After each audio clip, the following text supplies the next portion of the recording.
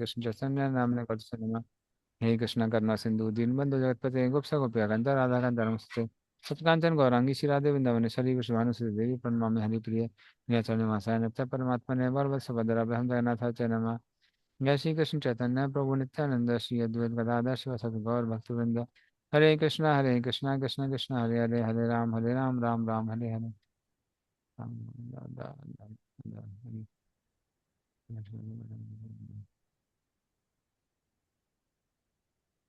हम्म,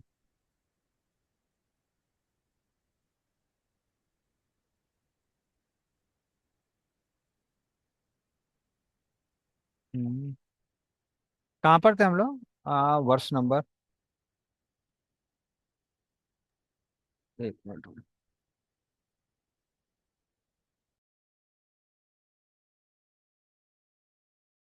हरे कृष्ण गुरु जी, दंडवत प्रणाम। 3.9.18 वर्ष नंबर 3.9.18। जी।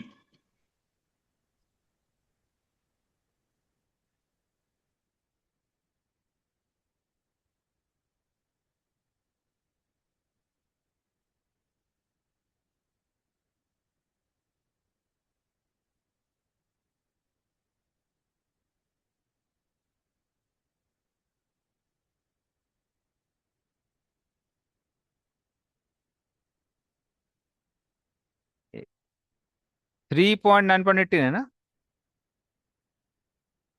जी प्रभु जी। ओके।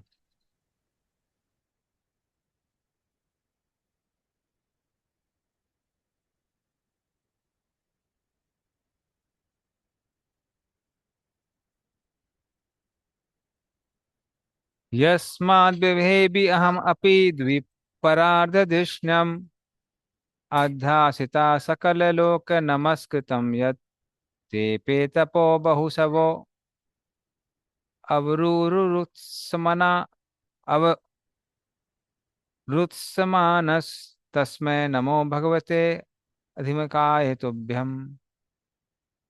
हाँ, पढ़िए इसका अर्थ होता पर। हरे कृष्ण गुरु जी। हे प्रभु, मैं आपको सादर नमस्कार करता हूँ जो अथक काल तथा समस्त यज्ञों के भोक्ता हैं। यद्यपि मैं ऐसे स्थान में स्थित हूँ जो दो पराधों की अवधि तक विद्यमान रहेगा। परार्धों दो परार्धों की अवधि तक विद्यमान रहेगा। और यद्यपि मैं ब्रह्मांड के अन्य सभी लोकों का अगुआ हूँ, और यद्यपि मैंने आत्म साक्षात्कार हेतु अनेकानेक वर्षों तक तपस्या की है, फिर भी मैं आपको नमस्कार करता हूँ। श्री प्रभुपाद और तत्व श्री प्रभुपाद की जय। ब्रह्मा ब्रह्मांड के महानतम पुरुष हैं, क्योंकि उनकी आयु सबसे लंबी है। वे अपने तप, प्रभाव, प्रतिष्ठा इत्यादि के कारण सर्वाधिक सम्माननीय पुरुष हैं। फिर भी वे श्री भगवान को सादर नमस्कार करते हैं। अतः अन्य सारे लोग जो ब्रह्मा के पद से बहुत ही नीचे हैं, उनके लिए यह अनिवार्य है कि वे उन्हीं की तरह कर्तव्य समझकर उन्होंने जैसा किया ऐसा करें और श्री भगवान को नमस्कार करें। हरे कृष्ण। तर्पण। धन्यवाद। तो इस श्लोक में ब्रह्मा जी कहते हैं कि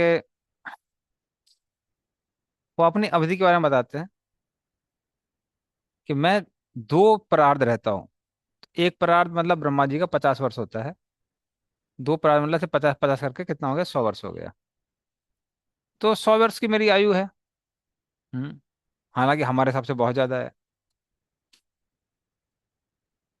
तो ब्रह्मा जी इस श्लोक में बता रहे हैं कैसे आप सबसे बड़े, सबसे ज्यादा आराध्य हैं पूरे संसार में। वो ब्रह्मा जी कहते हैं उनको। हम्म। और आपका जो शरीर है, हम्म, वो कैसे है? वो आध्यात्मिक है। जैसे देखते हैं इसमें।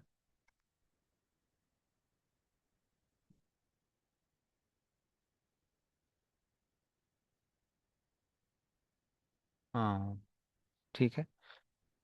तो यहाँ पे वो कहते हैं कि भगवान, आपका जो शरीर है वो आध्यात्मिक है, और इसलिए आप इस संसार में सबसे ज्यादा पूजनीय हैं। तो कभी आप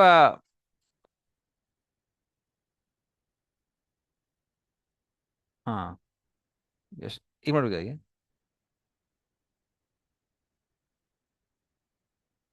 ओके। तो वो कहते हैं कि आप काल को भी क्या करने वाले हैं, कंट्रोल करने वाले हैं। और इस तरह से आप मुझे भी कंट्रोल करते हैं। यस्मात् बिभेति अम अपि द्विपरार्धिष्णम। तो मैं भी भयभीत हूं, भयभीमि, क्योंकि मेरा जीवन भी कितना है, दो परार्थ का है। हाँ। तो इस तरह से, क्योंकि आप काल को नियंत्रित करते हैं और काल मुझे नियंत्रित करता है, इसलिए मैं क्या कर रहा हूं, तेपे तपो बहुसवो। मैंने क्या किया, आपके लिए बहुत सालों तक तपस्या की, क्योंकि मुझे मालूम है कि आप कौन है, सबसे बड़े नियंत्रण है इस संसार के। तो फिर भगवान बोलते हैं कि ठीक है, आपने मेरी तपस्या की, लेकिन जब तपस्या करते समय आपका मनोभाव क्या था, किस तरह का कंटेम्पलेशन था आपका। तो फिर वो क्या बताते हैं कि मैं सोच रहा था, ब्रह्मा जी कहते हैं कि अगर आ, मैं आपकी तपस्या करता हूं, जो किसको नियंत्रित करते हैं, समय को नियंत्रित करते हैं, सारे गुण नियंत्रित करते हैं, तो फिर मैं सब कुछ प्राप्त कर सकता हूँ। क्यों प्राप्त कर सकता हूँ, क्योंकि मैं काल से भयभीत हूँ, और आप किया काल को नियंत्रित करने वाले हैं। लेकिन एक ही तरीका है आपको प्राप्त करने का, जिसके द्वारा काल नियंत्रित हो सके, क्योंकि आप काल को नियंत्रित करते हैं, तो आपको प्रसन्न करना पड़ेगा। तो आप वो प्रसन्न कैसे कर सकते हैं, वो शुद्ध भक्ति से कर सकते हैं। इसलिए तस्मै नमो भगवते अधिमाखाय तुभ्यम। इसलिए मखा मतलब होता है यज्ञ। तो आप जो यज्ञ के स्वामी हैं, तो आपकी मैं भक्ति के द्वारा क्या करता हूँ, आपको की प्रार्थना करता हूँ। और क्योंकि मुझे पता है कि भक्ति के द्वारा ही आप नियंत्रित हो सकते हैं, जो कि काल की नियंत्रण है, जिसे हम लोग भयभीत हैं, इसीलिए मैं आपके चरणों में समर्पित करता हूँ शुद्ध भक्ति के साथ। तो इस तरह से आ, ब्रह्मा जी तपस्या कर रहे थे, और वो तपस्या किसके साथ थी, वो भक्ति में तपस्या थी। तो वो कैसे वो क्लियर करते हैं, जो वर्ड है ना, नमो भगवते, उससे वो क्लियरिफाई कर रहे हैं कि ये जो तपस्या थी वो भक्ति में तपस्या थी।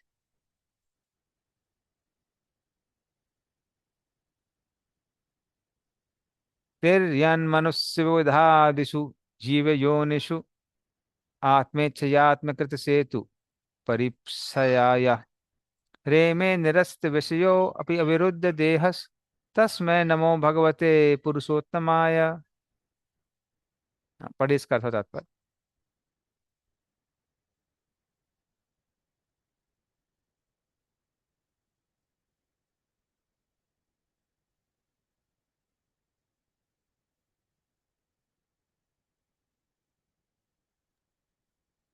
हे प्रभु, आप अपनी दिव्य लीलाएं संपन्न करने हेतु स्वेच्छा से विविध योनियों में, मनुष्येतर पशुओं में तथा देवताओं में प्रकट होते हैं। आप भौतिक कलमश से तनिक भी प्रभावित नहीं होते। आप धर्म के अपने सिद्धांतों के दायित्वों को पूरा करने हेतु ही आते हैं। अतः हे परमेश्वर, ऐसे विभिन्न रूपों को प्रकट करने हेतु मैं आपको नमस्कार करता हूँ। श्री प्रभुपाद द्वारा तात्पर्य श्री प्रभुपाद की जय। विभिन्न योनियों में श्री भगवान के अवतार सर्वथा दिव्य होते हैं। वे कृष्ण, राम इत्यादि अपने अवतारों में मनुष्य के रूप में प्रकट होते हैं, किंतु वे मनुष्य नहीं है। जो व्यक्ति उन्हें सामान्य मनुष्य समझने की भूल करता है, वह निश्चय ही अल्पज्ञ है। जैसा कि श्रीमद् भगवद गीता 9.11 में पुष्टि की गई है, अवजानन्ति माम मूढ़ा मानुषीम तनुमाश्रितम। यही सिद्धांत तब भी लागू होता है जब वे सूकर या मत्स्य के रूप में अवतरित होते हैं। ये श्री भगवान के दिव्य रूप हैं, जो उनकी निजी इच्छा तथा लीलाओं की कुछ आवश्यकताओं के अंतर्गत ही प्रकट होते हैं। वे ऐसे दिव्य रूपों का प्राकट्य अपने भक्तों को प्रोत्साहित करने हेतु ही करते हैं। जब जब उन्हें अपने भक्तों का उद्धार करने तथा अपने सिद्धांतों को बनाए रखने की आवश्यकता होती है, तब तब उनके विविध अवतार प्रकट होते हैं। हरे कृष्ण सदर्पण। हाँ।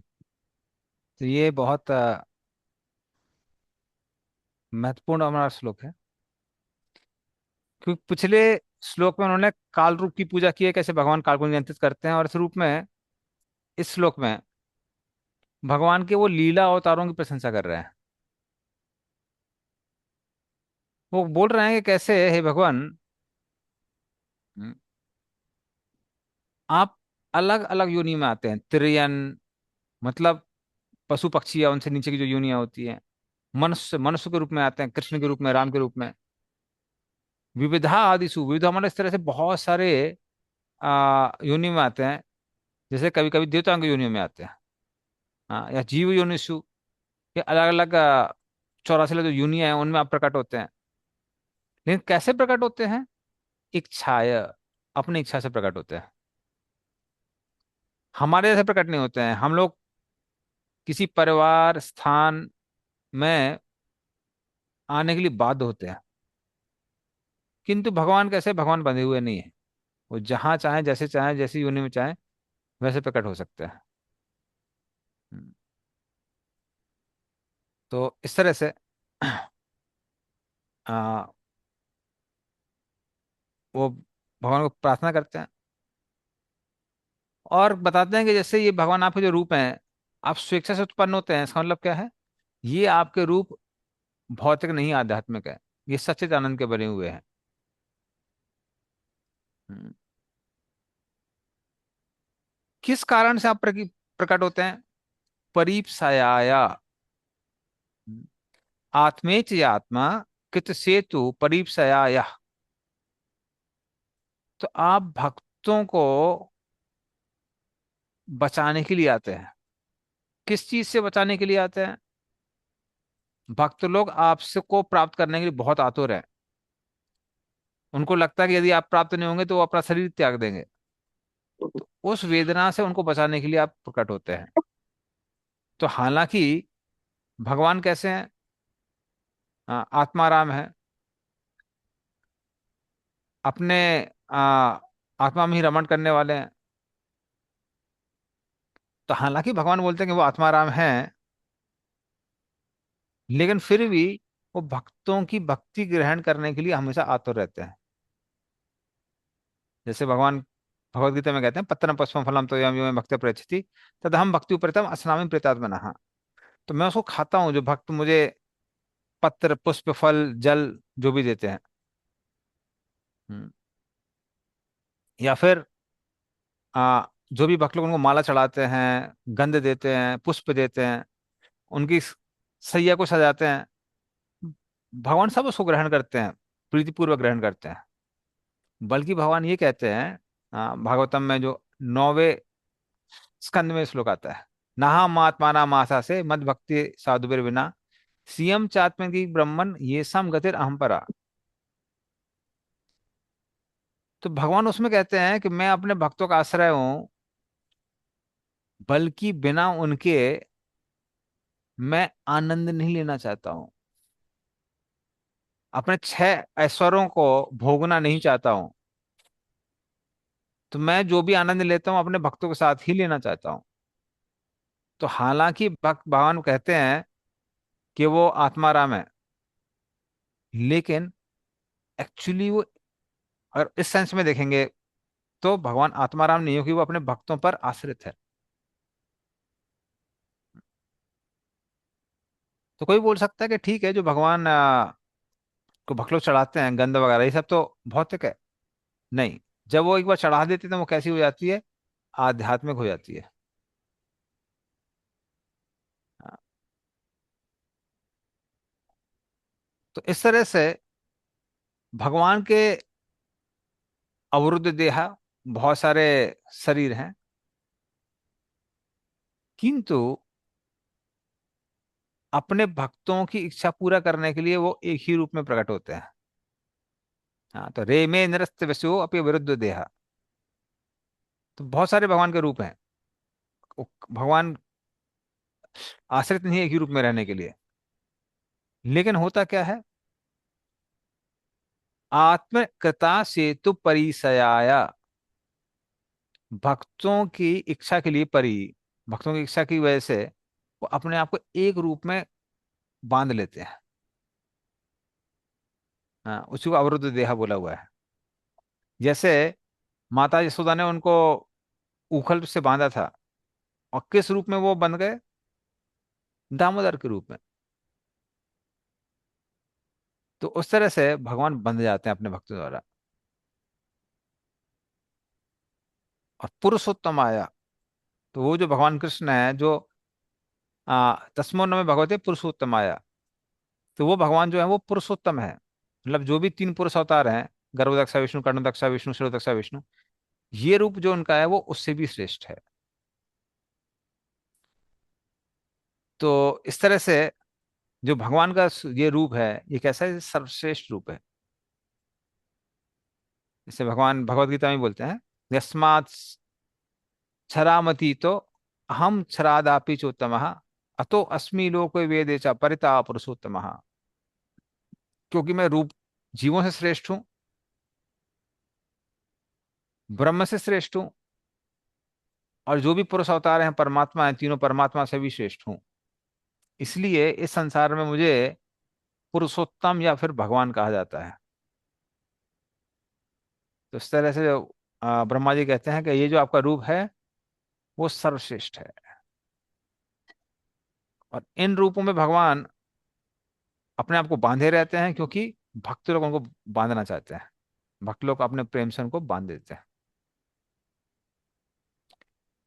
ओके, चलिए अगले श्लोक में चलते हैं। यो अविद्ययानुपहतोऽपि दशार्धवृत्त्या निद्राम उवाह जठरी कृते लोकयात्रः अंतर्जले हि कशिपु स्पर्शानुकूलम भीमोर्मि मालिनी जनस्य सुखम विवृणन विवृणवन। पढ़े अर्थ तात्पर्य।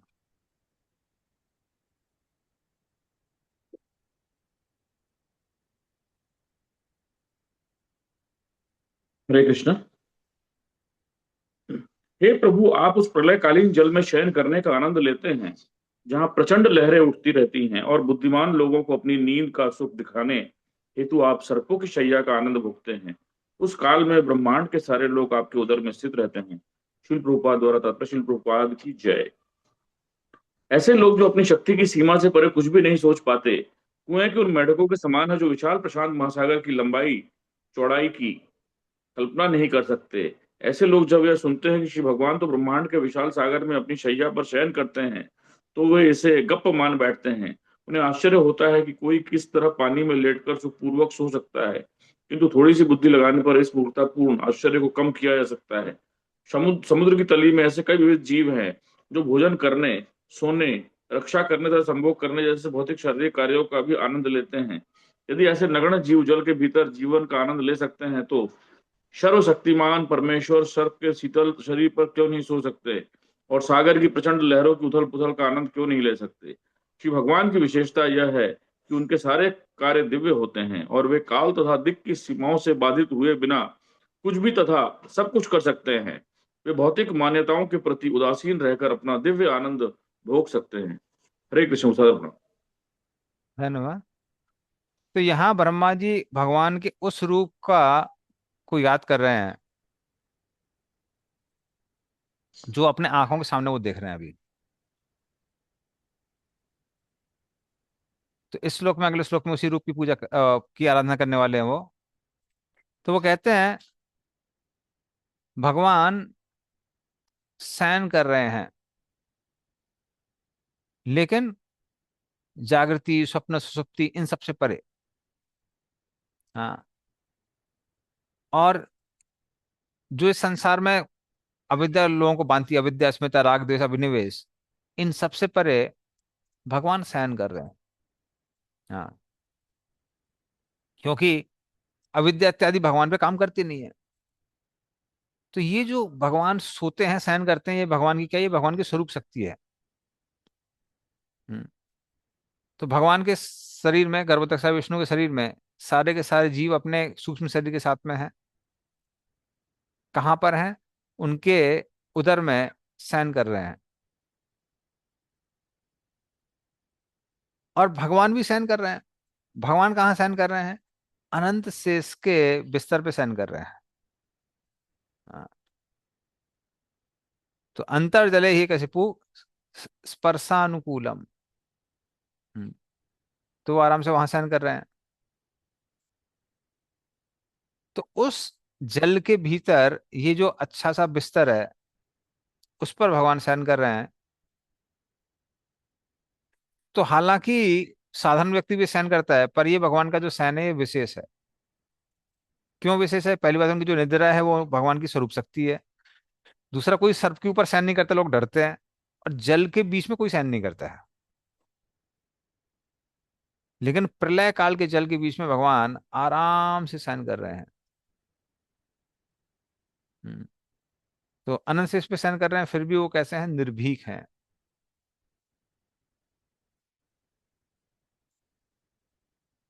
तो ये भगवान की विशेषता है। ओके, ठीक है, आगे चलते हैं। तो हालांकि कई बार लोग भयभीतों के सहन करते हैं, भगवान के साथ ऐसा नहीं है। भगवान निर्भीक होकर सहन कर रहे हैं।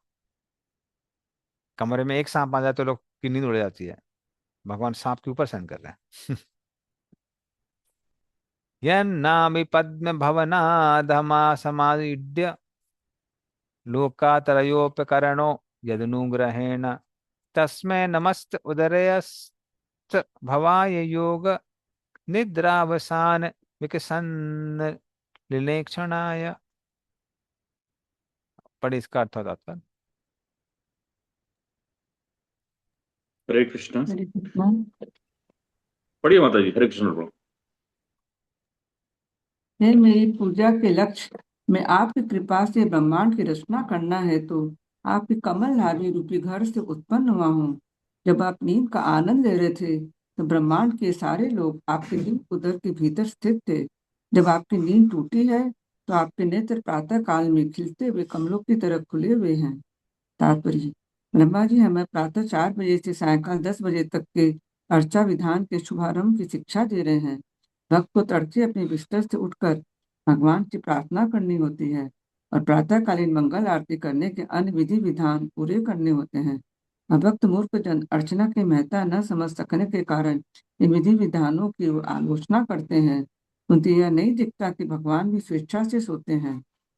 ब्रह्म की विशेष धारणा भक्ति मार्ग के लिए इतनी बाधक है कि ढीठ अभक्तों के संग रह पाना अत्यंत कठिन है, क्योंकि वे सदैव भौतिक अवधारणाओं के अनुसार ही सोचते हैं। ये विशेषवादी सदैव उल्टा सोचते हैं। ये सोचते हैं कि चूंकि पदार्थ में रूप है, इसलिए आत्मा रूप विहीन होगा। क्योंकि पदार्थ में निद्रा है, अतः आत्मा में निद्रा नहीं हो सकती। क्योंकि अर्चना में अच विग्रह की निद्रा को स्वीकार किया जाता है, अतः अर्चना माया है। ये समस्त विचार मूलतः भौतिक है। तो भी सकारात्मक या नकारात्मक रूप से सोचना भौतिकता है। वेदों के श्रेष्ठ दोष से स्वीकार किया ज्ञान मानक होता है। केवल भागवत के श्लोकों में अर्चना की संस्तुति की गई है। सृजन का कार्य अपने हाथों में लेने से पूर्व ब्रह्मा ने देखा कि भगवान प्रलयकालीन जल की लहरों में सर्प की सैया में सो रहे हैं। इसलिए शयन करना भगवान की अंतरंगा शक्ति में निहित रहता है। भगवान के शुद्ध भक्तगण तथा ब्रह्मा तथा उनके परंपरा के भक्त इससे इनकार नहीं करते। यहाँ यह स्पष्ट कहा गया है कि भगवान जल की प्रचंड लहरों के बीच अति सुख पूर्वक सो रहे थे, जिसके द्वारा वह दिखाना चाह रहे थे कि वे अपनी दिव्य इच्छा से कुछ भी कर सकते हैं और किसी भी परिस्थिति में उन्हें विघ्न नहीं पहुंचता है। मायावादी इस भौतिक अनुभव से परे सोच नहीं सकता, अतः वह भगवान के पानी में सोने की क्षमता को नकारता है। उसका दोष यही है कि वह भगवान की तुलना अपने से करता है और वह तुलना भी एक भौतिक सोच है। समस्त मायावादी दर्शन मूलतः भौतिक है, क्योंकि नीति नीति यह नहीं वह नहीं पर आधारित है। ऐसे विचार से किसी को पूर्ण पुरुषोत्तम भगवान को यथारूप में जानने का अवसर प्राप्त नहीं हो सकता। हरे कृष्ण। हरे कृष्ण। तो श्लोक में वो क्लियरली बता रहे हैं कि हे भगवान, आप जो अनंत शीश पे आ, सोए हुए हैं, तो आपकी नाभि से जो कमल निकल रहा है, मैं उससे निकला हुआ हूं।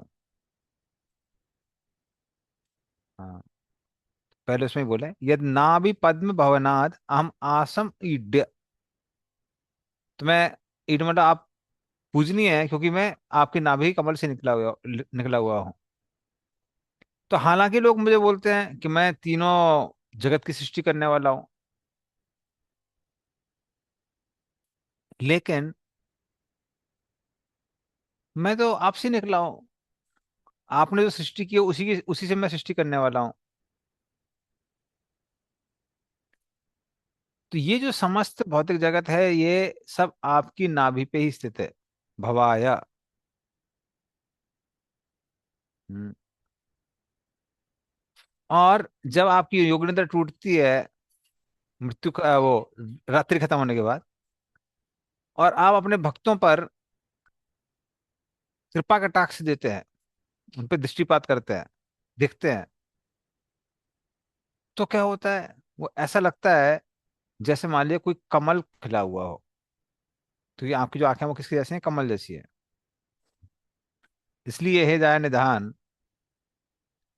उठिए उठिए। क्यों उठिए? क्योंकि मैं आपकी मंगल आरती करना चाहता हूं। तो इस तरह से उनको प्रार्थना कर रहे हैं। और प्रभुपाद कहते हैं कि ब्रह्मा जी बोल रहे हैं कि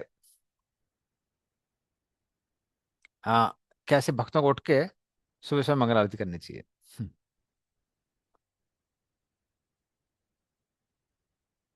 सोयम समस्त जगतां सुहृदे का आत्मा, सत्वेन यन्मृणयते भगवान भगेन, तेने विमे दश मनुस प्रसताद्याधाथायम् सक्षामि पूर्ववदिदं प्रणत प्रियोश। पढ़िए इसका अर्थ तात्पर्य।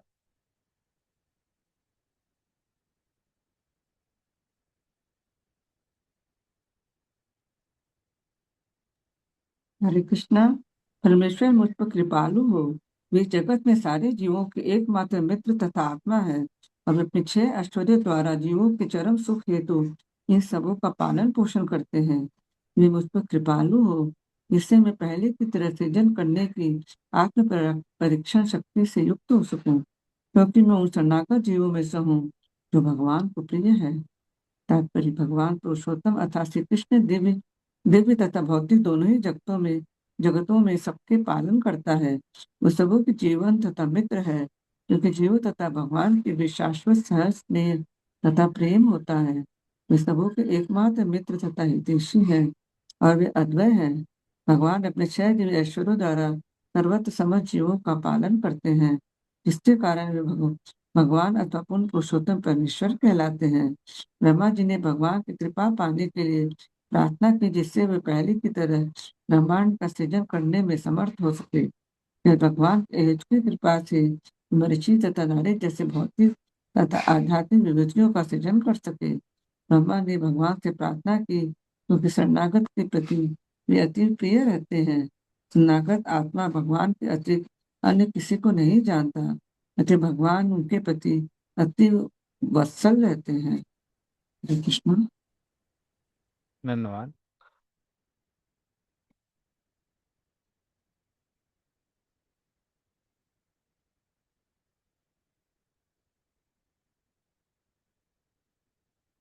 तो इस श्लोक में ब्रह्मा जी कह रहे हैं, सोयम समस्त जगताम सुहृद एक आत्मा। आप इस पूरे संसार के सुहृद हैं। कैसे सुहृद हैं? सत्वेन न मृदयते भगवान भगेना। तो जहां तक किसकी बात आती है, साधारण लोगों की बात आती है, उनको आप प्रसन्नता देते हैं सत्व गुण से। तो इस भौतिक जगत में लोगों को प्रसन्नता कैसे मिलती है? सत्व गुण की जब वृद्धि होती है तब प्रसन्नता मिलती है। सत्य संजायते ज्ञानम। सुख और ज्ञान सत्व गुण से आता है। और भक्तों को आप कैसे वो देते हैं, प्रसन्नता देते हैं? तो सत्य जन मृदयते किसके लिए? भौतिक जगत के वालों के लिए। और भगवान भगेना, और भक्तों के लिए आप कैसे प्रसन्नता देते हैं? अपने षड ऐश्वर्यों को दिखा के, अपने भक्तों का प्रेम बढ़ा के। हाँ, तो अपने भक्तों का प्रेम बढ़ा के और सत्वगुण को बढ़ा के आप अपने भक्तों को प्रसन्न करते हैं। जैसे सत्वगुण में किस सत्वगुण के द्वारा किसको करते हैं? भौतिक जगत के लोगों को करते हैं। जिस तरह से भौतिक जगत के लोगों को आप सत्वगुण के द्वारा क्या देते हैं? भौतिक ज्ञान देते हैं। उसी तरह से अपने भक्तों को आप आध्यात्मिक ज्ञान देते हैं। तो वो कहते हैं कृपया करके मुझे भी ये ज्ञान दीजिए, क्योंकि मेरे अंदर भी भक्ति भाव है। और मुझे ज्ञान दीजिए क्योंकि जिससे मैं मरीचि जैसे बड़े बड़े ऋषियों को बना सकूं, नारद मुनि जैसे भक्तों को बना सकूं, क्योंकि उनके सृष्टि ब्रह्मा जी से ही होने वाली है।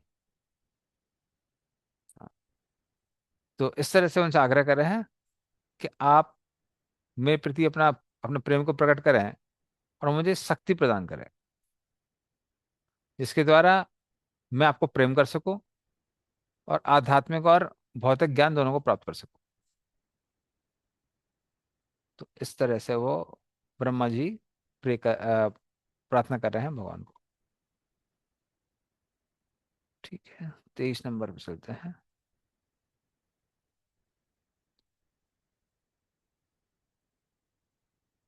एषा प्रपन्न वरदो रमयात्मशक्त्या यद् यत् यत् यद् यत् कर्ष्यति गृहीत गुणावतारः तस्मिन् स्वविक्रममिदं सजतोऽपि चेतो युञ्जीत कर्म समलं च यथा विजह्याम्।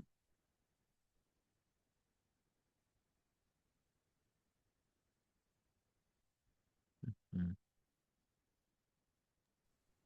हरे कृष्ण। भगवान सदा ही शरणागतों को वर देने वाले हैं। उनके सारे कार्य उनके अंतरंगा शक्ति रमा या लक्ष्मी के माध्यम से संपन्न होते हैं। मेरी उनसे यही विनती है कि भौतिक जगत के सृजन में वे मुझे अपनी सेवा में लगा ले, और मेरी ये प्रार्थना है कि मैं अपने कर्मों द्वारा भौतिक रूप से प्रभावित न हूँ, क्योंकि इस तरह मैं सृष्टा होने की मिथ्या प्रतिष्ठा त्यागने में सक्षम हो सकूंगा। तात्पर्य भौतिक सृजन पालन तथा संहार के विभिन्न प्रकृति के तीन गुणावतार ब्रह्मा विष्णु तथा महेश्वर है, किंतु विष्णु रूप में अपने अंतरंगा शक्ति में भगवान का अवतार संपूर्ण कार्यों के लिए परम शक्ति है। ब्रह्मा जो सृजन के गुणों में सहायक मात्र है, भगवान उपकरण रूप में अपने वास्तविक पद पर बने रहने की इच्छा व्यक्त की, न कि अपने को सृष्टा होने की झूठी प्रतिष्ठा से गर्वित होने की। भगवान का प्रिय बनने और उनका वर पाने की यही विधि है। मूर्ख लोग अपने द्वारा निर्मित संपूर्ण सृजनों का श्रेय लेना चाहते हैं, किंतु बुद्धिमान लोग ये भली भांति जानते हैं कि भगवान की इच्छा के बिना एक पत्ती भी नहीं हिल सकती। इस तरह अद्भुत सृजनों का श्रेय भगवान को मिलना चाहिए। एकमात्र आध्यात्मिक चेतना द्वारा ही मनुष्य अपने को भौतिक संसर्ग के कलमश से मुक्त कर सकते हैं और भगवान द्वारा प्रदत्त वर प्राप्त कर सकता है। हरे कृष्ण। हाँ, तो ब्रह्मा जी ने पिछले श्लोक में भगवान की प्रशंसा की थी कि वो सत्य गुण को बढ़ाने वाले हैं भौतिक जगत में, आध्यात्मिक जगत में भक्तों को आध्यात्मिक आनंद और आध्यात्मिक ज्ञान देने वाले हैं। पर वो मन में सोचते हैं, लेकिन मेरा काम क्या है? मुझे तो रजोगुण से के द्वारा सृष्टि करनी है। तो इसलिए वो डर जाते हैं कहीं ऐसा ना हो रजोगुण के प्रभाव से मेरी भक्ति खत्म हो जाए। इसलिए वो इस श्लोक में भगवान से प्रार्थना कर रहे हैं।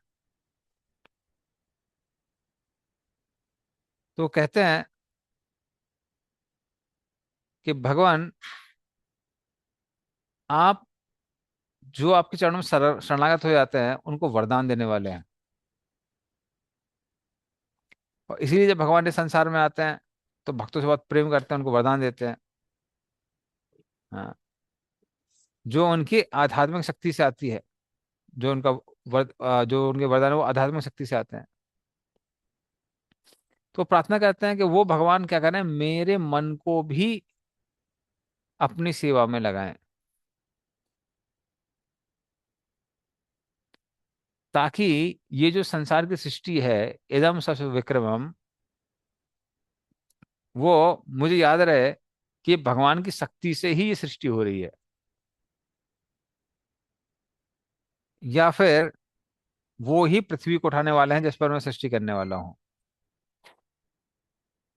तो मेरा मन इस भ्रम में न रहे कि मैं सृष्टि करता हूं, बल्कि मेरा मन किस में लगा रहे, आपसे संबंधित जो भी लीलाएं हैं उनमें लगा रहे।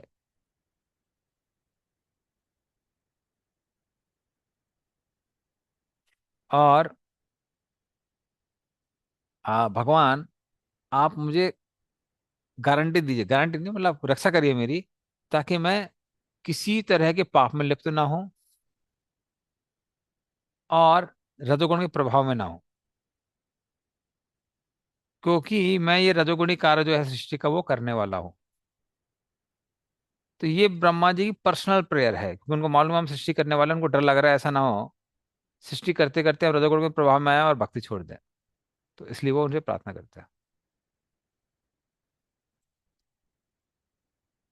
ना विहिदाद इह सतो अम्बसी यस्य पुंसो विज्ञान शक्तिरहमाशम अनंत शक्ति रूपम विचित्रमिदम अस्य विवरण विवरणवतो में माँ रीरिष्य निगमस्य गिराम विसर्गः।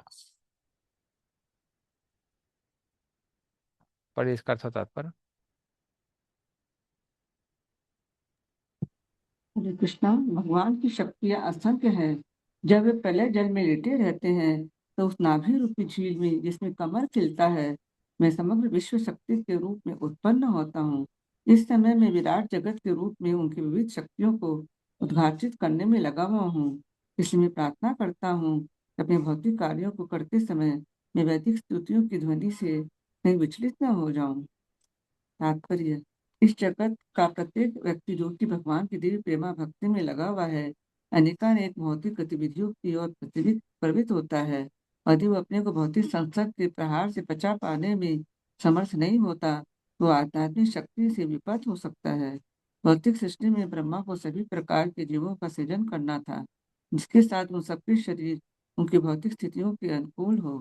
ब्रह्मा चाहते हैं कि भगवान उनकी रक्षा करे, क्योंकि उनका संपर्क अनेका एक दूषित जीवों से होना था। एक सामान्य ब्राह्मण अनेक पतित बदात्माओं की संगति के कारण अपने ब्रह्म तेज से नीचे गिर सकता है। सर्वोच्च ब्राह्मण के रूप में ब्रह्मा ऐसे पतन से भयभीत है। इसकी सुरक्षा के लिए भगवान से प्रार्थना करते हैं।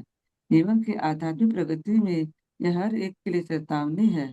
जब तक कोई भगवान द्वारा पर्याप्त रूप से सुरक्षित नहीं हो, वह अपने आध्यात्मिक पद से नीचे गिर सकता है। यह तो अपनी सुरक्षा के लिए तथा अपना कार्य करते रहने के लिए आशीर्वाद हेतु मनुष्य को निरंतर भगवान से प्रार्थना करती रहनी होती है। श्री चैतन्य महाप्रभु ने भी अपना धर्म प्रचार कार्य अपने भक्तों को सौंप दिया था और उन्हें भौतिक संसर्ग के पहाड़ के प्रति सुरक्षा का आश्वासन दे रखा था। वेदों में आध्यात्मिक जीवन के मार्ग को तेज उसरे की धार के समान बताया गया है। थोड़ी सी भी असावधानी से तुरंत ही ऊहापोह तथा रक्तपात हो सकता है। किंतु जो व्यक्ति पूर्णतः शरणागत है और अपने को सौंपे हुए कार्य को संपन्न करने में सदैव भगवान से रक्षा की याचना करता रहता है, उसे भौतिक कलमश में गिरने का कोई भय नहीं रहता। कृष्णा। धन्यवाद।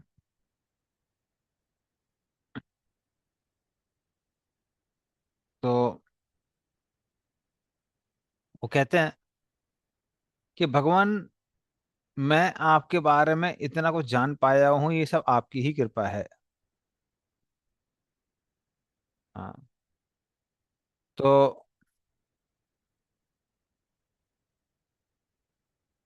वो पहले भी, ये 11वें स्कंद में भी लिखा हुआ है, वेदे चक्षु तवेश्वरा, वेद जो है भगवान की आंखें हैं। तो उस तरह से वो कहते हैं कि मैं ये सब जान पाया हूँ किसके द्वारा, वेदों के द्वारा। पर वो वेद कहाँ से है, वो आपसे ही आए हैं। लेकिन ऐसा हो सकता है कि संसार की सृष्टि करते करते मैं ये वेदों के ज्ञान को भूल जाऊं। तो ये संभव है, पर मैं आपसे प्रार्थना करता हूँ कि ऐसा कभी ना हो। हाँ। विज्ञान शक्तिर हम आसम अनंत शक्ति है। तो वैसे मैं विज्ञान की शक्ति मेरे पास है, विज्ञान में पुरुष कहा जाता है मुझे, लेकिन मैं निकला कहाँ से हूँ? मैं नाभि हृदय इह सतो अंबसी यस्य पुंसो, आपकी नाभि में जो तालाब था, उससे जो कमल निकला हुआ है, मैं उससे निकला हुआ हूँ। हाँ, तो भले ही मुझे विज्ञान शक्ति का देवता कहा जाता है, क्योंकि आ, बुद्धि तत्व का मैं इंचार्ज हूँ, लेकिन मैं आपसे ही निकला हूँ। तो मुझे आ, मेरे ऊपर कृपा करके आशीर्वाद दीजिए मुझे कि मैं आपकी माया के कारण इस वैदिक ज्ञान को कभी ना भूलूं। तो ये इनकी दूसरी प्रार्थना है। तो पहली जो पर्सनल प्रार्थना वो थी कि मैं रजोगुण के प्रभाव में ना हूं, और दूसरी प्रार्थना ये थी कि मैं वैदिक ज्ञान को ना भूलूं। ओके, तो इसे वो प्रार्थना करते हैं। और ये फेमस श्लोक है। ये कई बार डीटीज को उठाते समय भी हम लोग ये प्रार्थना करते हैं। तो जब डीटीज के रूम में जाते हैं तो ये प्रार्थना करते हैं। तो आप पीछे पीछे रिपीट कर सकते हैं। शो असावदभ्र करणो भगवान विवृद्ध, तो असाव अदभ्र करुणो भगवान भगवान् विविध, विविधम् प्रेम स्मितेन नयनाम्बुरुहं विजृंभन्, प्रेमस्मितेन स्मृतेन नयनाम् नयनाम्बुरुहं विजिह्वा।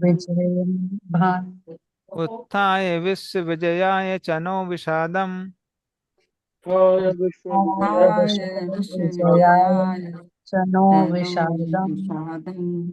माद्व्याघ्रापनयतात् पुरुषः पुराणः। माधव्याग्रा मनायतात् पुरुषपुराण। पुराण। और इसका अर्थ होता तात्पर्य।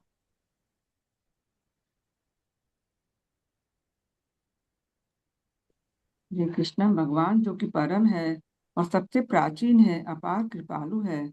मैं चाहता हूँ कि वे अपने कमल नेत्र को खोलकर मुस्कुराते हुए मुझे वर दे। वे संपूर्ण विराट सृष्टि का उत्थान कर सकते हैं और अपने कृपापूर्ण आदेशों के द्वारा हमारा विषाद दूर कर सकते हैं। तात्पर्य, भगवान इस भौतिक जगत के पतितात्मा पर अत्यधिक कृपालु है। संपूर्ण विराट जगत सबों के लिए अपनी भगवत भक्ति बढ़ाने के लिए सुअवसर है और हर व्यक्ति इसी प्रयोजन के लिए है। भगवान अपना विस्तार अनेक पुरुषों में करते हैं, जो ये तो श्वास कहलाते हैं या विविनाश। व्यष्टि आत्माओं वाले पुरुष उनके विनाश है, जबकि श्वास साक्षात भगवान होते हैं। श्वास सेव्य होते हैं और विभिन्नांश आनंद तथा ज्ञान के सर्वोच्च स्वरूप के साथ दिव्य आनंद के आदान प्रदान हेतु सेवक होते हैं। मुक्तात्माएं बिना भौतिक कल्पित विचारों के सेव्य तथा सेवक के आनंद में आदान प्रदान में सम्मिलित हो सकती है। सेव्य तथा सेवक के बीच ऐसी दिव्य आदान प्रदान का विशिष्ट उदाहरण गोपियों के साथ संपन्न उनकी रास लीला है।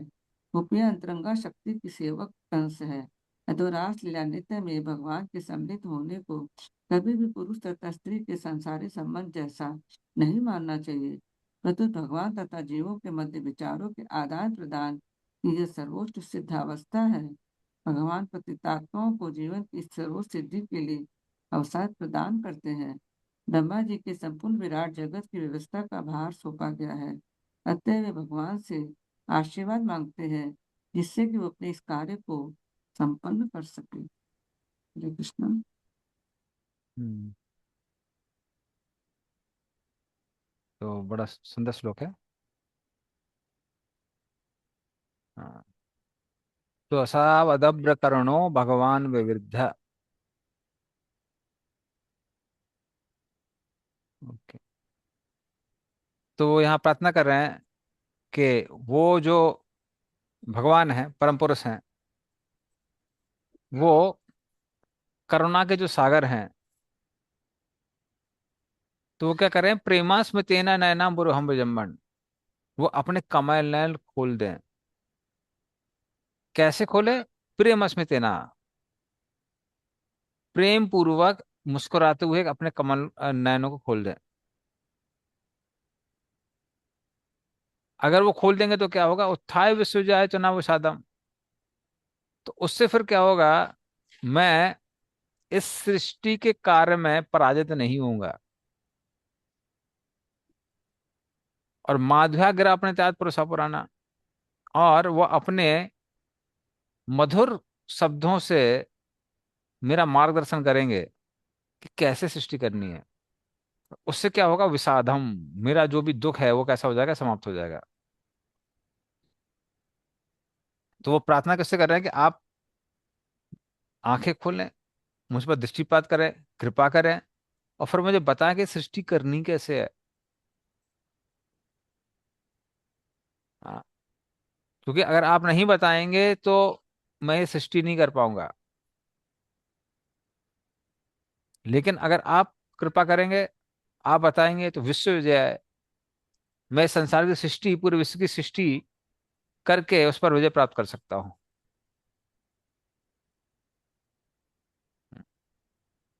तो इस तरह से वो उनसे प्रार्थना कर रहे हैं कि हमको इंस्ट्रक्शन चाहिए बेसिकली। प्रभु जी, हाँ, ब्रह्मा जी के जीवन में कैसा विषाद है? किस तरह का? कंफ्यूजन या और भी कुछ? कंफ्यूजन है, मेन कंफ्यूजन है। वैसे उन्होंने और भी साथ दिखाए थे कि एक तो ये दिखाया था कि अरे दुनिया के लोग इतने परेशान हैं, दुखी हैं, उनकी हमको सृष्टि करनी पड़ रही है। लेकिन अभी जो उनका कंसर्न ये है कि उनको पता ही नहीं कि सृष्टि करनी कैसे है। देख, कई बार दुख का एक कारण ये भी होता है कि एक कारण, एक बहुत बड़ा कारण होता है कि हमको चीजें क्लियर नहीं होती है। अगर वो क्लियर हो जाए तो बहुत सारी चीजें क्लियर हो जाती हैं। हाँ, तो मेरे हाथ में कुछ चल रहा है अभी, वो कभी बढ़ता रहता है, कम होता रहता है, बढ़ता है, कम होता रहता है। तो इतना ज्यादा नहीं कि मन करे कि डॉक्टर को दिखा दें, कभी अर्जेंट लगता है। और इतना कम भी नहीं है कि आराम से सहन कर सकते हैं। तो समझ में नहीं आता क्या करें। तो जो अज्ञान है, अज्ञान के कारण भी बहुत दुख होता है। एक बार चीजें क्लियर हो जाती हैं क्या करना है, तो 90% जो प्रॉब्लम है वो वहां खत्म हो जाती है। तो तो भले ही वो भौतिक ज्ञान हो या आध्यात्मिक ज्ञान हो, ज्ञान के अभाव के कारण व्यक्ति ज्यादा परेशान होता है। तो ब्रह्मा जी जो परेशान है वो किसी कारण है, वो ज्ञान के अभाव के कारण है कि उनको पता ही नहीं करना क्या है, सृष्टि कैसे करनी है। ठीक है। ओके।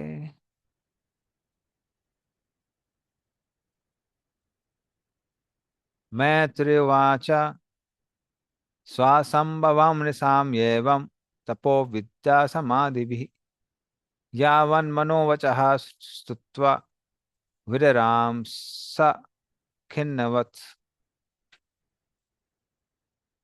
पढ़े इसका तात्पर्य।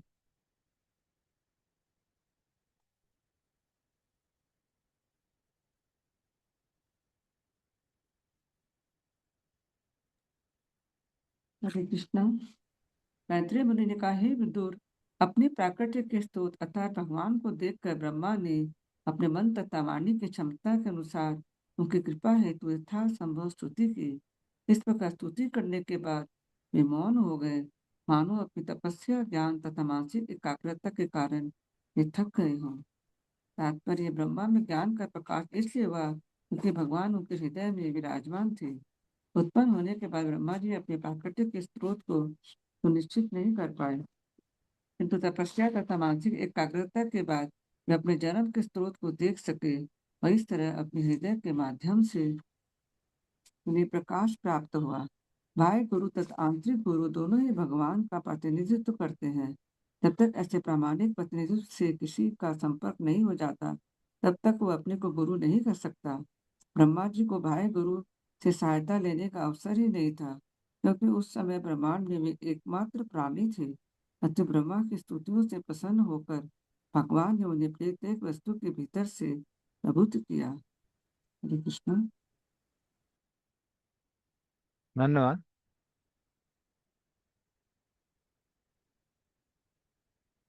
तो इस तरह से, क्योंकि भगवान उनके समक्ष ही थे, जो कि उनके पूजा से, उनके ध्यान से प्रकट हुए थे। तो इस तरह से अपनी क्षमता के अनुसार भगवान की स्तुति करने के बाद अब ब्रह्मा जी रुक जाते हैं, जैसे मान लीजिए वो थक गए हैं। हाँ, तो स्वसंभवम निसमयेवम, अपने सामने उस भगवान के रूप को देख के, तपो विद्या समाधि भी, जिनको उन्होंने अपनी तपस्या विद्या और समाधि से प्राप्त किया है, यावन मनोमचो स्तुत्वा। हाँ, तो इस तरह से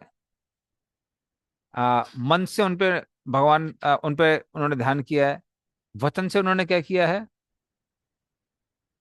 आ, भगवान भगवान की पूजा की है, किससे? मंत्रों के द्वारा, जो कि उनको विद्या से प्राप्त हुई है।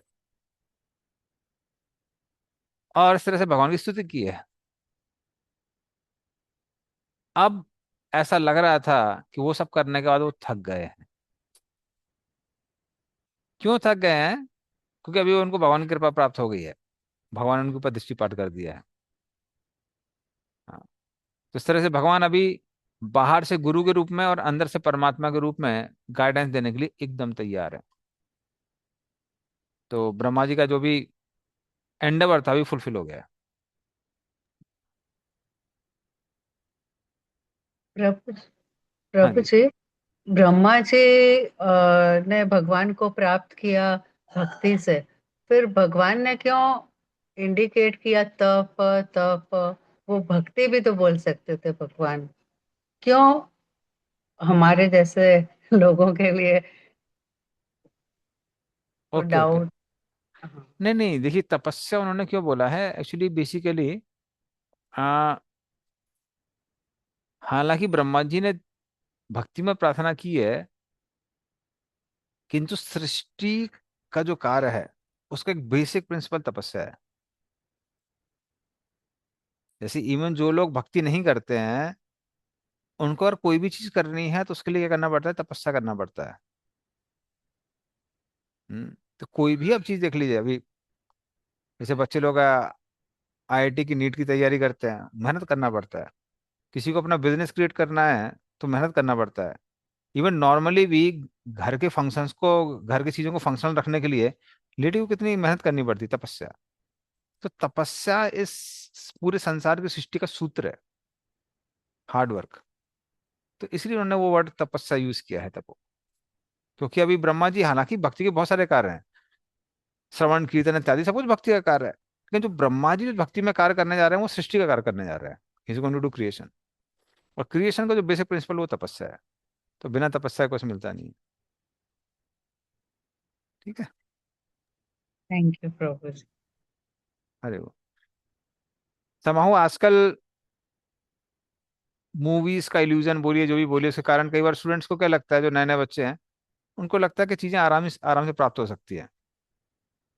मैंने कई बार स्टूडेंट से बात भी किया, अरे सर हम बस पढ़ते नहीं है ना सर, इसलिए मार्क्स नहीं आते हैं। पढ़ लेना बस, थोड़ा नंबर आ जाएंगे। उन्होंने कहा, अरे वही तो तपस्या है, वही तो तपस्या है। वो सिर्फ मूवीज में ऐसे दिखाते हैं कि हीरो यहाँ घूम रहा है, वहां घूम रहा है, स्विट्जरलैंड में घूम रहा है, वहां पे प्लेन से जा रहा है, ऐसा जा रहा है, ऐसा कुछ काम ही नहीं है उसके पास में। अरे वो भगवान नहीं है। यत का जो यस कारण, यत कारण कारणम च विद्यते, जो पहला जो वर्ष है, कि भगवान के लिए कुछ कार्य करने के लिए नहीं है, तो वो भगवान के लिए है। लेकिन कोई भी साधारण व्यक्ति संसार में, उसके लिए मेन चीज क्या है? तपस्या।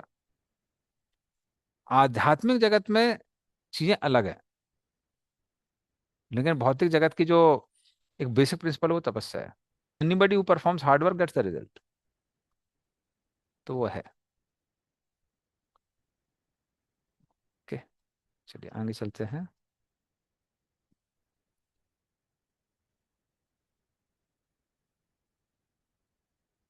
हाँ, वो था न तस्य कारम करणम च विद्यते, न तस्य कारम।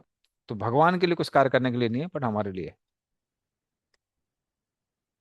अथाभिप्रेतम अन्वीक्ष्य ब्रह्मणो मधुसूदन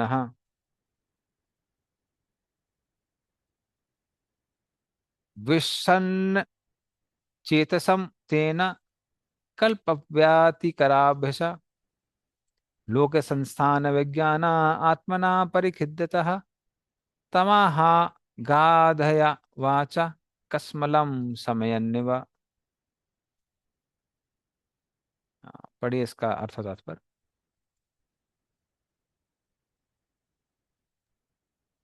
हरे कृष्णा। भगवान ने देखा कि ब्रह्मा जी विभिन्न लोकों की योजना बनाने तथा उनके निर्माण को लेकर अति चिंतित है और प्रलयंकारी जल को देखकर खिन्न है। वे ब्रह्मा के मनोभाव को समझ गए, अतः उन्होंने उत्पन्न मोह को दूर करते हुए गंभीर एवं विचार पूर्ण शब्द कहे। प्रलयकारी जल इतना भयानक था कि इसे देखकर ब्रह्मा तक विचलित हो गए थे और अत्यंत चिंतित थे कि विभिन्न जीवों को यथा मनुष्यचर तथा अति मानवीय प्राणियों को स्थान देने के लिए बाह्य आकाश में विभिन्न लोकों को किस तरह स्थापित किया जाए। ब्रह्मांड के सारे लोग प्रकृति के गुणों के प्रभाव के अधीन विभिन्न कोटि के जीवों के अनुसार स्थित है। प्रकृति के गुण 3 हैं और परस्पर मिलाने पर ये 9 हो जाते हैं और जब इन 9 का मिलाया जाता है तो वो 81 बन जाते हैं।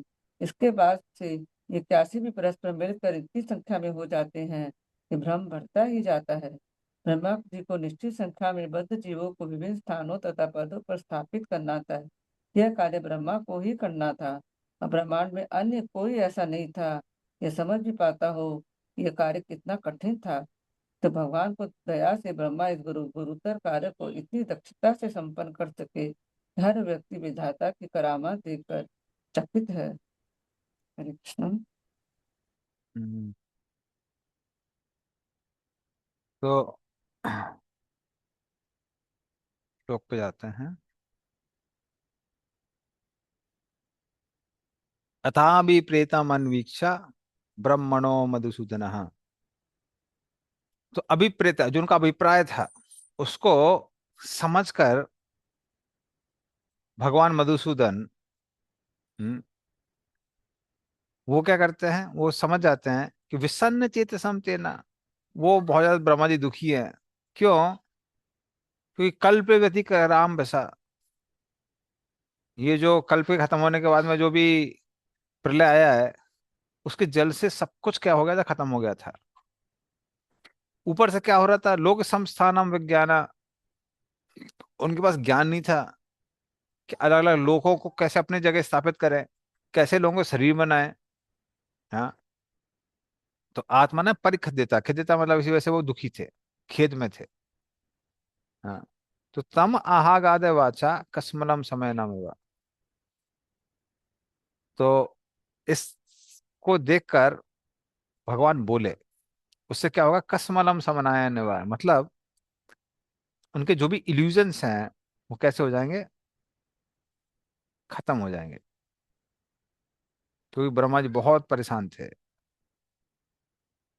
हाँ, एक तो पानी है, ऊपर से पता भी नहीं चल रहा है क्या करना है, तो ये मालूम नहीं है लोक संस्थान विज्ञान है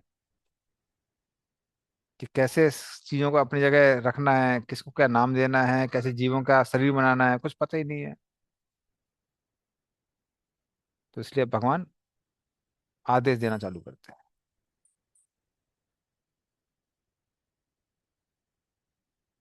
श्री भगवान वाचा माँ वेद गर्भ गास्तंद्रीम सर्ग उद्यमवाह तन्मया पादितम ही अग्रे यन्माम प्रार्थ यते भवान।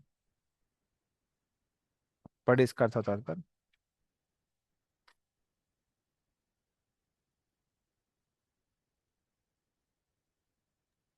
हरे कृष्णा। तब पूर्ण पुरुषोत्तम भगवान ने कहा, हे ब्रह्मा, हे वेद गर्भ, तुम सृष्टि करने के लिए न तो निराश हो न ही चिंतित। तुम जो मुझसे मांग रहे हो वह तुम्हें पहले ही दिया जा चुका है। तात्पर्य, भगवान या उनके प्रामाणिक प्रतिनिधियों द्वारा अधिकार प्रधान कोई पुरुष पहले ही आशीर्वाद पा चुका है और उसी तरह उसे सौंपा हुआ कार्य भी। निस्संदेह व्यक्ति को जिसे ऐसा उत्तरदायित्व सौंपा गया है सदैव अपनी अक्षमता से अवगत होना चाहिए और अपने कर्तव्य में सफलतापूर्वक संपादन के लिए भगवान की कृपा के लिए अपेक्षा करनी चाहिए। उसे इसलिए गर्वित नहीं होना चाहिए कि उसे कोई प्रशासनिक कार्य सौंपा गया है। वह भाग्यशाली है जिसे ऐसा कार्य सौंपा गया है और यदि वह इस भाव में सदैव स्थिर रहता है कि परमेश्वर की इच्छा के अधीन हूँ, तो अपने कार्य के संपादन में उसका सफल होना तो निश्चित है। अर्जुन को कुरुक्षेत्र की युद्ध भूमि में युद्ध करने का कार्य सौंपा गया था और उसे यह कार्य सौंपने के पूर्व ही भगवान उसकी विजय की व्यवस्था कर चुके थे, किंतु अर्जुन भगवान की अधीनता के प्रति पति सदैव सचेत रहा और इस उत्तरदायित्व में उसने उन्हें अपना परम मार्गदर्शक स्वीकार किया। जो भी व्यक्ति किसी उत्तरदायित्वपूर्ण कार्य को संपन्न करने के लिए गर्वित रहता है किंतु उसका श्रेय भगवान को नहीं देता, वह निश्चय ही मिथ्याभिमानी है और वह कोई भी कार्य ढंग से संपन्न नहीं कर सकता। ब्रह्मा तथा उसके पद चिन्हों का अनुसरण करने वाले शिष्य परंपरा के व्यक्ति सदैव भगवान की दिव्य प्रेम भक्ति को संपादित करने में सफल होते हैं। हरे कृष्ण। धन्यवाद। तो माँ वेद गर्भ, हे वेद गर्भ, जो कि आ वेदों से उत्पन्न हुए हैं, या पर जिनके पास वेदों का पूरा ज्ञान है, माँ चिंता मत करो। गा से तंद्रीम, इतनी चिंता मत करो। सर्गे उद्यम में वाहा, हाँ, आपने ये जो बहुत बड़ा उद्यम मतलब बहुत बड़ा कार्य लिया है, किसका? सृष्टि का। सर्गे, सृष्टि का जो कार्य लिया है। जन मया बाधितम ही अग्रे, अरे इसका ज्ञान मैं ऑलरेडी आपको दे चुका हूँ। हाँ, तो पहले ही मैं आपको ये ज्ञान दे चुका हूँ। तो यन माम प्रार्थे भवान, तो जो आप मुझसे मांग रहे हो, भिक्षा मांग रहे हो, वो तो मैं ऑलरेडी आपको पहले से दे चुका हूँ, तो आप चिंता क्यों कर रहे हो? तो बोलते हैं इसलिए आप माया में मत रहिए, आप ये मत सोचिए कि आपके पास कुछ है नहीं, क्योंकि आप वेद गर्भ हैं। तो जब वो वेद गर्भ कहते हैं, तो ब्रह्मा जी कहते हैं, अरे आप मुझे वेद गर्भ कर रहे हो, मुझे पता नहीं सृष्टि कैसे करनी है। तो वो कहते हैं कि चिंता मत करिए, आपके पास पहले से वो ज्ञान है और मैं उस ज्ञान को सुरक्षित कर चुका हूं। तो आप चिंता मत करो, आपके पास वो ज्ञान है, घबराइए मत। तो फिर ब्रह्मा जी कहते हैं कि भगवान आप तो बोल रहे हैं कि चिंता मत करिए, चिंता मत करिए, लेकिन मुझे लग रहा है इस बार जब मैं सृष्टि करूंगा तो बड़ा मुश्किल हो जाएगा, क्योंकि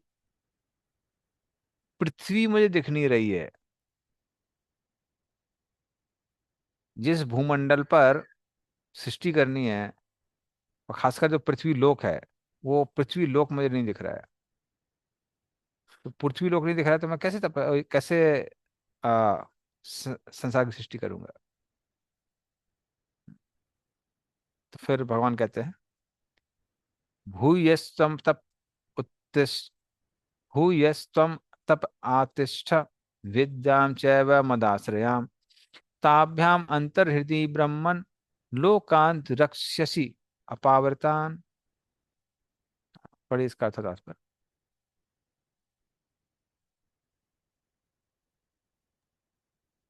हरे कृष्णा। हे ब्रह्मा, तुम अपने को तपस्या तथा ध्यान में स्थित करो और मेरी कृपा पाने के लिए ज्ञान के सिद्धांतों का पालन करो। इस कार्यों से तुम अपने हृदय के भीतर से हर बात बात को समझ सकोगे। तात्पर्य किसी कार्य सौंपे गए उत्तरदायित्व कार्य को संपन्न करने में लगे हुए विशिष्ट व्यक्ति के प्रति भगवान द्वारा प्रदर्शित दया अकल्पनीय है, किंतु यह दया भक्ति के प्रति हमारी तपस्या तथा अव्यवसाय के कारण प्राप्त होती है। ब्रह्मा को लोगों का सृजन करने का कार्य सौंपा गया। भगवान ने उन्हें आदेश दिया था कि ध्यान करने पर वे आसानी से जान सकेंगे कि लोगों को कहाँ पर और किस तरह व्यवस्थित किया जाए। ये आदेश अंतःकरण से आने थे और इस कार्य में चिंता करने की कोई आवश्यकता नहीं थी। बुद्धि योग के ऐसे आदर्श स्वयं भगवान द्वारा अंतःकरण से सीधे प्रदान किए जाते हैं। इसकी पुष्टि भगवत गीता 10.10 में हुई है। हरे कृष्ण। हम्म। तो यहाँ ब्रह्म भगवान बता रहे हैं कैसे आपको वो ज्ञान जो दिया गया था, जिसको आप भूल गए हैं, आप वापस उसको हासिल कर सकते हैं। कैसे प्राप्त कर सकते हैं? भूयस्तम आतिष्ठा, अपने आप को तपस्या में रखिए। वो तपस्या क्या है? अपने मन को कंसंट्रेट करने की तपस्या। जैसे हम लोग जब जब करते हैं, तो वो तपस्या करनी पड़ती है। क्या तपस्या है? मन को कंसंट्रेट करने की। और विद्याम चैव मद आश्रयम, विद्याम, और मेरी पूजा करिए। किसके द्वारा करिए? मंत्रों के उच्चारण के द्वारा करिए। तो मन को कंसंट्रेट करिए और मंत्र का उच्चारण करिए। उससे क्या होगा? हाँ, और साथ में चैवा मद आश्रयम, मेरा आश्रय लीजिए। तो इस तरह से जब आप मेरा आश्रय लेंगे तो क्या होगा, ताभ्यम अंतर हृदय ब्रह्मन, आपको आपके हृदय में और बाहर भी पृथ्वी आदि जो लोक हैं वो सब दिखाई देंगे। और ये सब के सब क्या होंगे, लोकान रक्षति पावृतान, ये जलमग्न नहीं होंगे, आपको स्पष्ट रूप से दिखाई देंगे। और जब स्पष्ट रूप से दिखाई देंगे तो आप आराम से सृष्टि कर सकते हैं, चिंता वाली कोई बात नहीं है। क्योंकि ब्रह्मा जी को जल जल जल दिखाई दे रहा था, उनको लग रहा था सृष्टि कैसे होगी। भगवान बोले चिंता मत करिए, सृष्टि होगी, आपको सारी चीजें दिखाई देंगी। तत् आत्मनि लोके च भक्ति युक्ता समाहितः दृष्टासि माम ततम ब्रह्मन्मयी लोकांस्त्व आत्मनः। पढ़ इसका था तात्पर्य। हरे कृष्ण। हे ब्रह्मा, जब तुम अपने सर्जनात्मक कार्यकलाप के दौरान भक्ति में निमग्न रहोगे तो तुम मुझको अपने में तथा ब्रह्मांड भर में देखोगे, और तुम देखोगे कि मुझ में स्वयं तुम ब्रह्मांड तथा सारे जीव हैं। शिल प्रभुपाद और तथा शिल प्रभुपाद की जय। यहाँ श्री भगवान द्वारा यह उदाहरण दिया गया है कि ब्रह्मा दिन के समय उन्हें भगवान श्री कृष्ण के रूप में देखेंगे। वे प्रशंसा करेंगे कि किस तरह वृंदावन में अपने बालपन के समय श्री भगवान ने अपना विस्तार बछड़ों के रूप में कर लिया था, और वे जान सकेंगे कि किस तरह यशोदा माता ने भगवान श्री कृष्ण की बाल लीलाओं के समय उनके मुख के भीतर सारे ब्रह्मांडों और लोकों को देखा था। तथा वे यह भी देख सकेंगे कि ब्रह्मा के दिन में भगवान श्री कृष्ण के प्राकट्य के दौरान कई लाख ब्रह्मा होते हैं, किंतु श्री भगवान के इतने सारे शाश्वत दिव्य रूप जो सर्वत्र प्रकट होते रहते हैं किसी की समझ में नहीं आ सकते। ये केवल उन शुद्ध भक्तों द्वारा ही समझे जा सकते हैं जो सदैव श्री भगवान की भक्ति में सेवा में लगे रहते हैं और श्री भगवान में पूरी तरह से लीन रहते हैं। यहाँ पर ब्रह्मा की उच्च योग्यताओं का भी संकेत हुआ है। हरे कृष्ण सर। धन्यवाद। तो वो कहते हैं यहाँ पे हम्म, तत् आत्मनि। हाँ, इसके बाद कहते हैं कि हे ब्रह्मा जी मेरे पुत्र,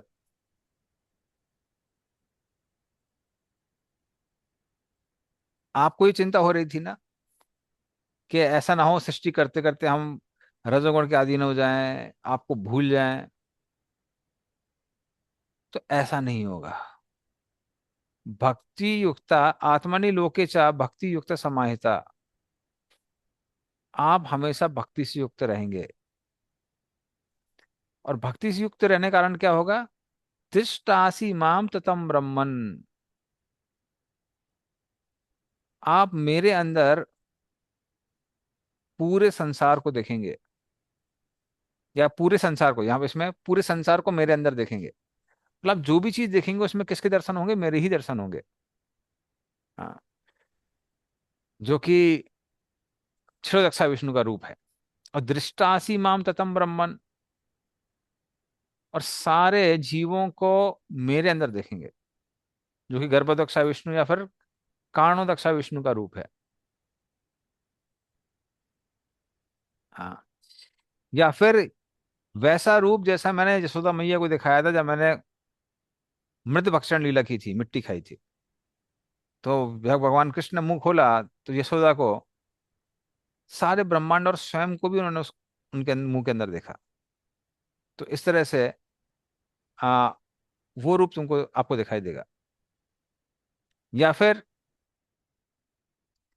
जब ब्रह्मा जी ब्रह्मवन लीला होती है तो सारे बछड़ों में और गुप्त सखाओं में वो देखते हैं कैसे वो सब कृष्ण के विस्तार हैं, सब चतुर्भुज रूप में है।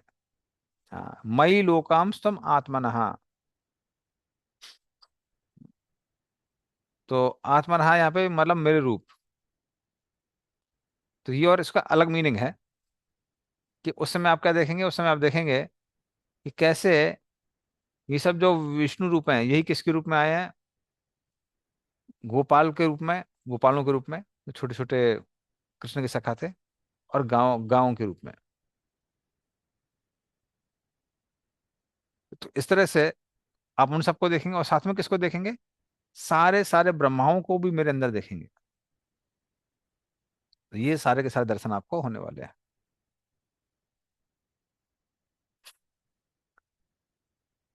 ओके।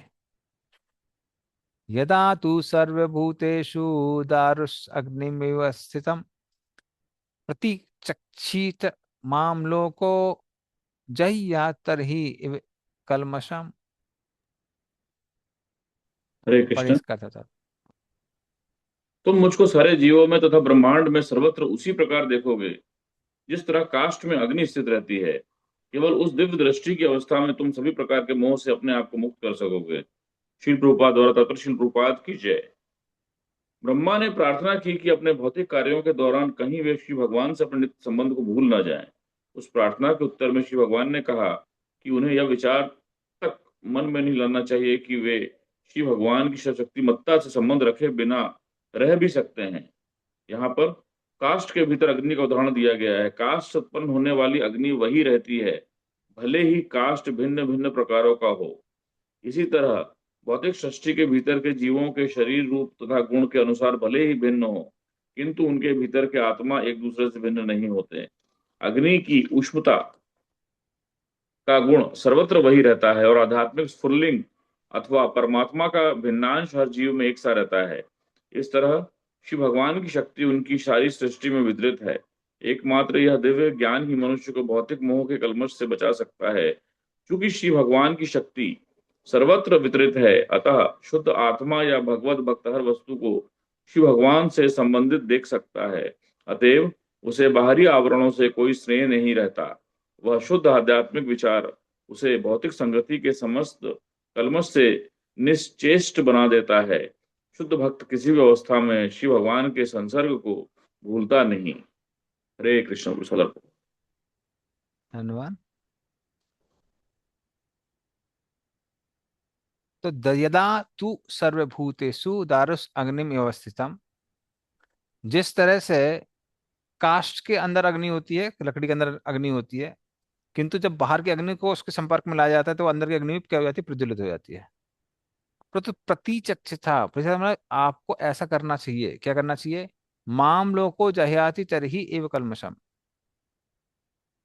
तो अगर आप देखेंगे पूरा संसार कैसे मेरे अंदर स्थित है, या मैं पूरे संसार के अंदर स्थित हूं, अगर आपकी यह दृष्टि रहेगी तो कलमशम, तो आप किसी भी तरह के कलमश में या फिर माया के अंतर्गत नहीं होंगे।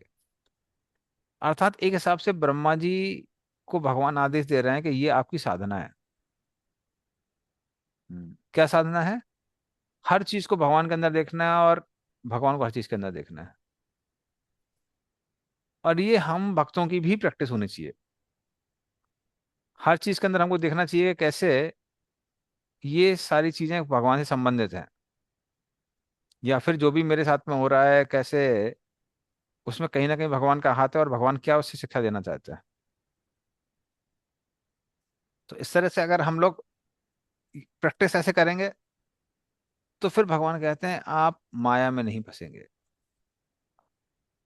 और जहां प्रैक्टिस खत्म हो गई वहां पे क्या हो जाता है, वहां पे माया का प्रकोप आ जाता है। तो ये भगवान उसको क्लियर कर रहे हैं।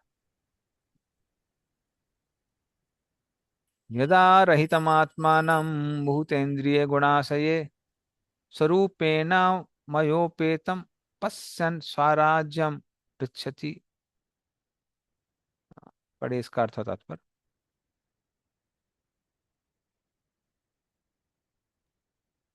हरे कृष्ण। जब तुम स्थूल और सूक्ष्म शरीरों के विचार से मुक्त होगे तथा तुम्हारे इंद्रिय प्रकृति के सारे प्रभाव से मुक्त होगे, तब तुम मेरी संगति में अपने शुद्ध रूप की अनुभूति कर सकोगे। उस समय तुम शुद्ध भावना वृत्त में स्थित होगे।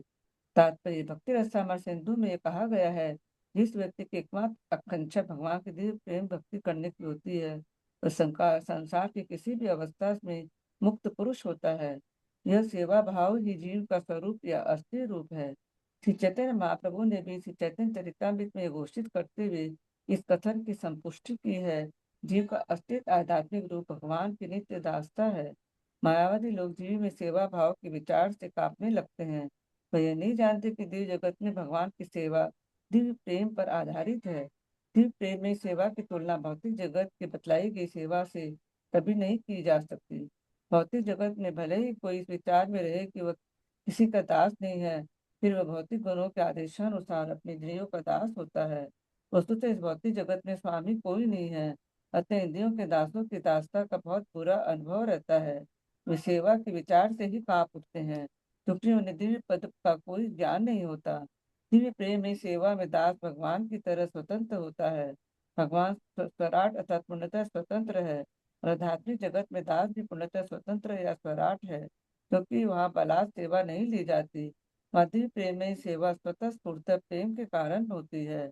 ऐसी सेवा की प्रतिबिंबित झलक पुत्र के प्रति माता की सेवा, मित्र के प्रति मित्र की सेवा या पति के प्रति पत्नी की सेवा में अनुभव की जाती है।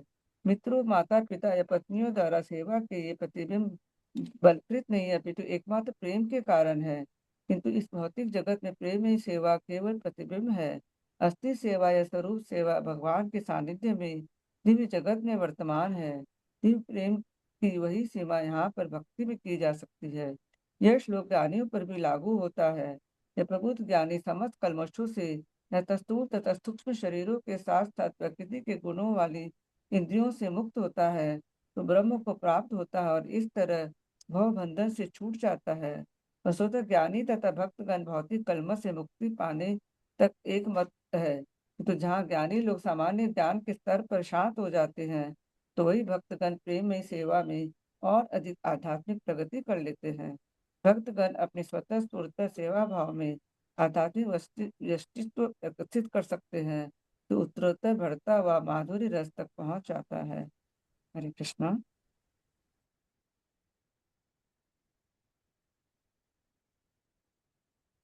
हरे कृष्णा। तो यदा रहितम आत्मानम, क्योंकि जब वो ब्रह्मा जी से भगवान कह रहे हैं कि सब चीजों को मेरे संबंधित देखिए, मुझ में सब भक्तों को संबंधित सारे जीवों के अंदर मुझे देखिए और मेरे अंदर सारे जीवों को देखिए, तो आप माया में नहीं फंसेंगे। तो ब्रह्मा जी कहते ठीक है, अच्छी साधना है, पर कब तक, कब तक, कब मुझे समझ में आएगा कि अब आपकी प्राप्ति हो गई है? कौन सी वो स्टेज है? तो वो क्या बोलते हैं, यदा रहितम आत्मानम भूतेंद्रिय गुणा से है। तो जब गुणों का प्रभाव खत्म हो जाएगा, व्यक्ति अपने आप को शरीर और इंद्रियों से अलग समझने लगेगा। हाँ, तो उसको समझ में आ जाएगा कि ना ही मैं इंद्रिय हूं, ना ही मैं शरीर हूं। हाँ, तो फिर क्या होगा? तो इतम और आत्मानम, यदा रहितम, तो उसमें जो इतम आता है, तब वो क्या होगा? जीव आ, को स्वरूपेण, उसको समझ में आ जाएगा कि उसका स्वरूप क्या है, या उसके साथ मेरा नित्य रिश्ता कैसा है। और पश्यन स्वराज्यम, तो उसको, भक्तों के लिए क्या है स्वराज्य, मतलब भगवान का राज्य प्राप्त होगा। आध्यात्मिक जगत में व्यक्ति को पता चल जाएगा कि उसका भगवान के साथ कौन सा रस है, शांत रस, दास रस, साखर रस, वात्सल रस, ये सब पता चल जाएगा। और जो लोग ज्ञानी हैं, उनके लिए स्वराज्यम का मतलब क्या है? ब्रह्म की प्राप्ति हो जाएगी। ऐसे लोगों को ब्रह्म की प्राप्ति हो जाएगी। लेकिन जब तक ये नहीं हो रहा, तब तक साधना क्या करनी है? हर चीज को भगवान से संबंधित देखना है, और भगवान के अंदर हर चीज को देखना है। मतलब हर चीज का कनेक्शन देखना है कि कैसे ये चीज भगवान से कनेक्टेड है।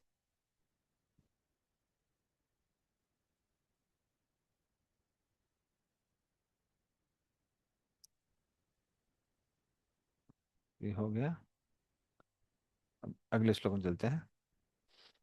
ना ना कर्म वितानेन प्रजा बहवी शिशिक्षता, नात्मा वसीदति अस्मिंस्ते वरीस्यान मद अनुग्रह। पढ़िए इसका अर्थ होता है।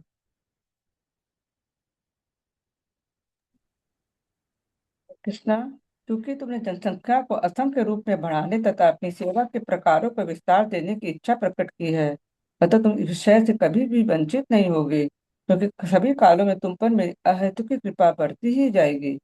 तात्पर्य, भगवान का शुद्ध भक्त विशेष काल, वस्तु तथा परिस्थिति के तथ्यों से ज्ञात होने के कारण भगवत भक्तों की संख्या को नाना प्रकार से सदैव बढ़ाना चाहता है।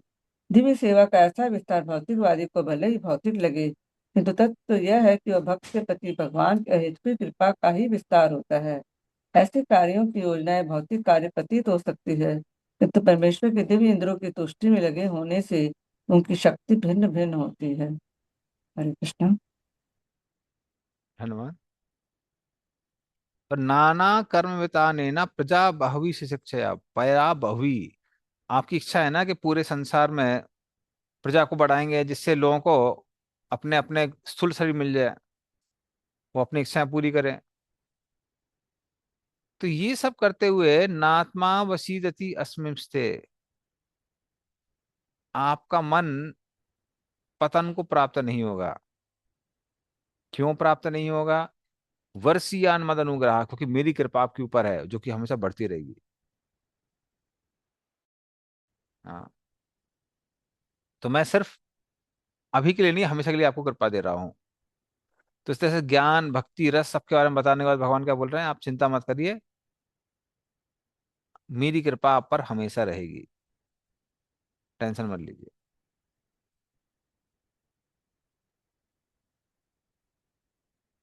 ऋषिम आदम न बधनाति पापीयाम स्वाम रजोगुणः यन मनोमयि निर्बद्धम प्रजा संसृजतोपिते। पढ़िए अर्थ होता पर। हे कृष्णा, तुम आदि ऋषि हो और तुम्हारा मन सदैव मुझमें स्थिर रहता है। इसलिए विभिन्न संततियों उत्पन्न करने के कार्य में लगे रहने पर भी तुम्हारे पास पाप में रजोगुण फटक भी नहीं सकेगा। तात्पर्य, ब्रह्मा को यही आश्वासन 21 स्कंद के 9वें अध्याय के श्लोक 36 में दिया गया है। भगवान द्वारा इस तरह अनुग्रह दिखाए जाने से ब्रह्मा की सारी योजनाएं अच्युत है। यदि कभी ब्रह्मा मोहग्रस्त होते भी है, जैसा कि 10वें स्कंद में है, तो अंततः संकट के कार्य को देखकर मोहित होते हैं। अवधि भी सेवा में आगे बढ़ने के लिए ही है। अर्जुन भी इस तरह मोहित होता पाया जाता है। भगवान के शुद्ध भक्तों का ऐसा मोह भगवत ज्ञान में उनकी उत्तरोत्तर उन्नति के लिए ही है। हरे कृष्ण। धन्यवाद। तो यहाँ पर भगवान आशीर्वाद को और बढ़ा रहे हैं। कह रहे हैं, ऋषि आद्याम न बदनाती।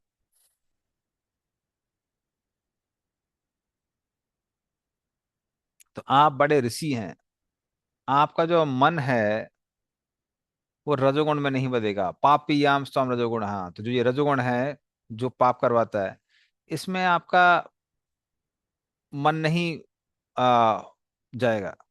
चिंता मत करिए। यन मनोमयि निर्बद्धम प्रजा संसृजो अपीते, जब प्रजा की सृष्टि करेंगे तो मन रजोगुण से प्रभावित नहीं होगा। तो फिर प्रश्न आता है कि फिर ब्रह्मोत्थान लीला कैसे हो जाती है? तो वो जो ब्रह्मा जी मोहित हुए थे, वो मोह रजोगुण के कारण नहीं था। वो इसलिए था क्योंकि ब्रह्मा जी को भगवान के महान रूपों को का दर्शन करने की प्रैक्टिस हो गई थी, और इसीलिए भगवान का जो मधुर रूप है वो उसको समझ नहीं पाए। खासकर जब ब्रह्मा जी देखते हैं, हाँ, हालांकि डिवोटीज कई बार अलग अलग स्क्रिप्चर्स को रेफर करते हैं कि मधुमंगल छाछ लेके चुपचाप मधुमंगल ने पी ली, और मधुमंगल का मुंह फूला हुआ था। भगवान बोल रहे थे छाछ खाएं, छाछ खाएं। और जब देखा कि मधुमंगल के मुंह में छाछ है, भगवान ने क्या किया, ऐसे हाथ की और मधुमंगल के मुंह से छाछ निकली, और वो भगवान पी गए। तब ब्रह्मा जी पूरा दिमाग घूम गया उनका। बोले ये भगवान कैसे हो सकते हैं? इतना आसमान आसमान करके फिर भगवान का भोग लगाया जाता है मंदिर में। तो खासकर स्नान करने के बाद में भक्त लोग पूरा उत्तरी उत्तरी ओढ़ के आसमान वगैरह करते हैं, तब जाके अंदर जाते हैं, तब भोग लगाते हैं भगवान का। किसी को कोई ये भी ना देखे कि क्या कौन सा भोग लगा हुआ है। और अपना जूठा देना तो बहुत बड़ी बात है, वो तो हो ही नहीं सकता है। और यहाँ जूठा ही नहीं, भगवान ने उन भक्तों के मुंह से पी रहे हैं। तो वो देख के ब्रह्मा जी कंफ्यूज हो गए, क्या रे ये कैसे भगवान हो सकते हैं। इसलिए वो जो कंफ्यूजन था ब्रह्म भगवान लीला में, वो रजोगुण के कारण नहीं है, वो ब्रह्मा जी का आ, भगवान की मधुरता का आस्वादन ना करने के कारण, वो जो माया थी उसकी वजह से ऐसा हुआ था। ठीक है, चलिए। प्रभु जी, हाँ। यहाँ परपोर्ट में लिखा है कि अर्जुन भी बिविल्डर होते थे, हम्म। ताकि फिर उनका Arjun is found to be similarly bewildered. All such bewilderment of the pure devotees of the Lord is specifically meant for their further advancement in knowledge. So hmm. does that mean that those who are pure devotees of the Lord, their knowledge of the Lord eternally increases, keeps on हाँ। Yes increasing, yes. ever increasing? हाँ हाँ। और उसका कारण यह है क्योंकि किसी भी समय पे जीव जीव होता है, जीव भगवान नहीं बनता है। इवन भगवान, ये बहुत आश्चर्य की बात हम देखते हैं, सेम चीज ब्रह्म व लीला में ही बलराम जी भ्रमित हो जाते हैं। क्योंकि जिस दिन ब्रह्म व लीला हुई थी उस दिन बलराम जी की बर्थडे थी, वो रुक गए थे। तो एक साल कंप्लीट होने के 4-5 दिन पहले बलराम जी अचानक से क्या देखते हैं कि जो गायें गोवर्धन पे ऊपर चल रही थी, वो अपने बछड़ों को देख के भागती हैं। Hmm. और उनके बाद में भी उनसे छोटे भी बछड़े थे, उन पे ध्यान नहीं देती हैं, इन बड़ों बछड़ों पे देती हैं। और जो व्रजवासी उनको कंट्रोल कर रहे थे वो उनके पीछे पीछे भाग रहे थे कि क्योंकि गाय कंट्रोल में नहीं आ रही हैं। पर वो जो अपने बच्चों को देखते हैं तो सब कुछ छोड़ छाड़ के उनको प्रेम करने लगते हैं। बलराम जी कहते हैं अरे ऐसा प्रेम तो वो कृष्ण की प्रीति दिखा रहे थे, और मुझे भी इन बछड़ों को देख के, सारे गोप सखाओं को देख के वैसा ही आकर्षण हो रहा है जैसा कृष्ण की प्रति होता है। कुछ तो अलग है। तब उनको लगता है कि अरे ये माया तो किसी राक्षस की हो नहीं सकती, क्योंकि मैं तो बलराम हूँ, मैं भगवान हूँ, मेरे सामने कौन ऐसी माया कैसे टिकेगी। तब वो समझ जाते हैं कि पक्का ये कृष्ण की ही माया है। और फिर कृष्ण एक्सेप्ट कर लेते हैं, हाँ मेरी माया है। तो जब बलराम जी भ्रमित हो सकते हैं और लोगों का नहीं क्या है। इसलिए कई बार इवन डिवोटीज को मैंने देखा है कि अगर कोई सीनियर डिवोटी कुछ गलत डिसीजन ले लेता है या फिर मेटेरियली भी कुछ यहाँ वहाँ कर देता है, तो भक्त लोग बड़े बेविल्डर हो जाते हैं, अरे वो तो शुद्ध भक्त है, वो गलत डिसीजन कैसे ले सकते हैं। अरे शुद्ध भक्त का मतलब ये नहीं है कि वो भगवान है। शुद्ध भक्त का मतलब क्या है, उनका कृष्ण की प्रति बहुत प्रेम है, पर that doesn't mean is God, वो भगवान नहीं है। तो अगर मैटेरियल चीजों के बारे में बात की जाए तो कभी कुछ गलती हो सकती है। और आध्यात्मिक ज्ञान के बारे में अगर बात की जाए तो ऐसा नहीं है कि आध्यात्मिक ज्ञान का मतलब सब कुछ उनको पता है। इवन नंद महाराज को नहीं पता कि कृष्ण अपने गोप सखाओं के साथ कौन कौन से गेम्स खेलते हैं, नहीं पता है, जबकि वो तो कृष्ण के माता पिता है। तो इसलिए वो एक्सपेक्टेशन कैसी अनड्यू एक्सपेक्टेशन है। तो वैसा नहीं होना चाहिए। इवन प्रभुपाद ने अपने बहुत सारे डिसीजंस बदले हैं जीबीसी से कंसल्ट करने के बाद। रादर, ये दाराम प्रभु हमेशा बोलते हैं बार बार, कहते हैं कि प्रभुपाद तो तमाल कृष्ण महाराज को इसलिए पसंद करते थे क्योंकि तमाल कृष्ण महाराज कई बार उनके डिसीजंस को भी अपोज करते थे लॉजिकली। अल्टीमेटली प्रभुपाद की सेवा के लिए ही था। तो बोलते थे कि प्रभुपाद आप ऐसा बोल रहे हैं पर ऐसा ठीक रहेगा, वैसा ठीक रहेगा। और बाकी लोग, हाँ प्रभुपाद आप जो बोल रहे हैं सब ठीक है। सो प्रभुपाद तो उनको पसंद करते थे कि हाँ ये व्यक्ति जो है वो बुद्धि का इस्तेमाल कर रहा है, सोच रहा है वो। तो इसलिए ये आ, आ, जो लोगों की कई बार साधुओं के प्रति धारणा होती है कि ये साधु है मतलब जो बोल रहे हैं एकदम सही है, जरूरी नहीं है। जरूरी नहीं है। कोई बहुत बड़ा साधु महात्मा भी हो सकता है, लेकिन अगर वो कोई हेल्थ के ऊपर एडवाइस दे रहा है तो वो एडवाइस गलत हो सकती है, क्योंकि वो डॉक्टर नहीं है, वैद्य नहीं है। वो अपने अनुभव शेयर कर रहा है। एक बार मुझे याद है मेरी मदर कुछ तो बोल रही थी कि ऐसा ऐसा करना चाहिए। मैंने मैंने पूछा कहाँ से पता चला आपको। कह रहे अरे वो बहुत बड़े महाराज हैं, वो बोल रहे थे, किसी और संप्रदाय के थे। तो मैं बोला आप उनका तो हेल्थ स्टेटस देखो ना, उनकी खुद की इतनी हेल्थ खराब रहती है। तो अगर बोल रहे हैं वो आयुर्वेद से बोल रहे हैं तो ठीक है, वो प्रिंसिपल सही है। लेकिन अगर वो आयुर्वेद से नहीं बोल रहे हैं, अपने ही निजी अनुभव बोल रहे हैं, तो हो सकता है वो गलत भी हो। इसका मतलब ये नहीं है कि वो जो आध्यात्मिक चीज बोल रहे हैं वो गलत है। पर उसमें भी ज्ञान क्या होता है, ज्ञान का लेवल होता है, वो बढ़ता रहता है, बढ़ता रहता है, बढ़ता रहता है, उसका कोई एंड नहीं है। तो वो बिविल्डरमेंट, इसलिए प्रोपा जो बोल रहे हैं to increase the knowledge of devotees, ये बहुत इंपॉर्टेंट लाइन है। प्रभु जी, कल ही मेरी एक स्टूडेंट ने मेरे से पूछा कि there could be a possibility that I may not agree to some things that the guru tells, तो hmm is it okay if I have a disagreement? So I told her कि it's okay to have a disagreement, or it's okay to have a doubt, or lack of understanding in what the guru says, and it's also okay to communicate with the guru. Hmm But probably the guru is telling the truth that you may not be able to perceive at your given stage. So hmm to have a disagreement is not an issue, but to not accept what the guru is saying could hmm be an offense to the guru. तो ये हम्म सही था answer, या इसमें अभी आप जैसे बताए उसमें मुझे लगा कि मेरे आंसर में कुछ कुछ कमी भी है, कि गुरु ऑल्सो इज नॉट गॉड? तो हम्म। तो हाँ, ये एकदम सही है। बल्कि क्या करना चाहिए कि अगर आप उनसे डिस्कस कर सकते हैं, डिस्कस करना चाहिए, हम्म, तो ये एक हेल्दी डिस्कशन होता है। और हम्म, देखिए ये इवन मॉडर्न जो हम लोग एजुकेशन देते हैं उसमें भी सेम चीज़ है। तो मैंने कई बार क्या देखा हुआ है कि रिसेंटली, क्योंकि अभी आईआईटी के रिजल्ट्स वगैरह भी आए हैं, तो जनरल ने ऑब्जर्व क्या किया कि जो स्टूडेंट्स अच्छे से फॉलो कर रहे थे मेरे को, उनका अच्छा 99% के ऊपर है, तो दे हैव स्कोर्ड नाइसली। और जो लोग पता लग बोल रहे हैं, वो अपना खुद की कुछ बुक्स लगा रहे हैं, कभी इसको सुन रहे हैं, उसको सुन रहे हैं, वो लोग फिर अच्छे स्टूडेंट्स भी वो अच्छे मार्क्स नहीं आए उनके। पर इसका मतलब ये नहीं है कि अगर मैं जो भी बोल रहा हूँ उसमें कुछ गलती नहीं होती है, वो गलती हो सकती है। पर अच्छे स्टूडेंट्स क्या करते हैं, वो बोलते हैं कि सर आपने ऐसा लिखा हुआ है, ये थोड़ा सा यहाँ पे कुछ ये गड़बड़ नहीं लग रहा है क्या? तो मेरे से कई बार कैलकुलेशन मिस्टेक होती है, उन्हें हाँ हाँ यहाँ गड़बड़ है, ठीक है, उसको ठीक करते हैं। But they follow. तो ये आर्ट है सीखने की।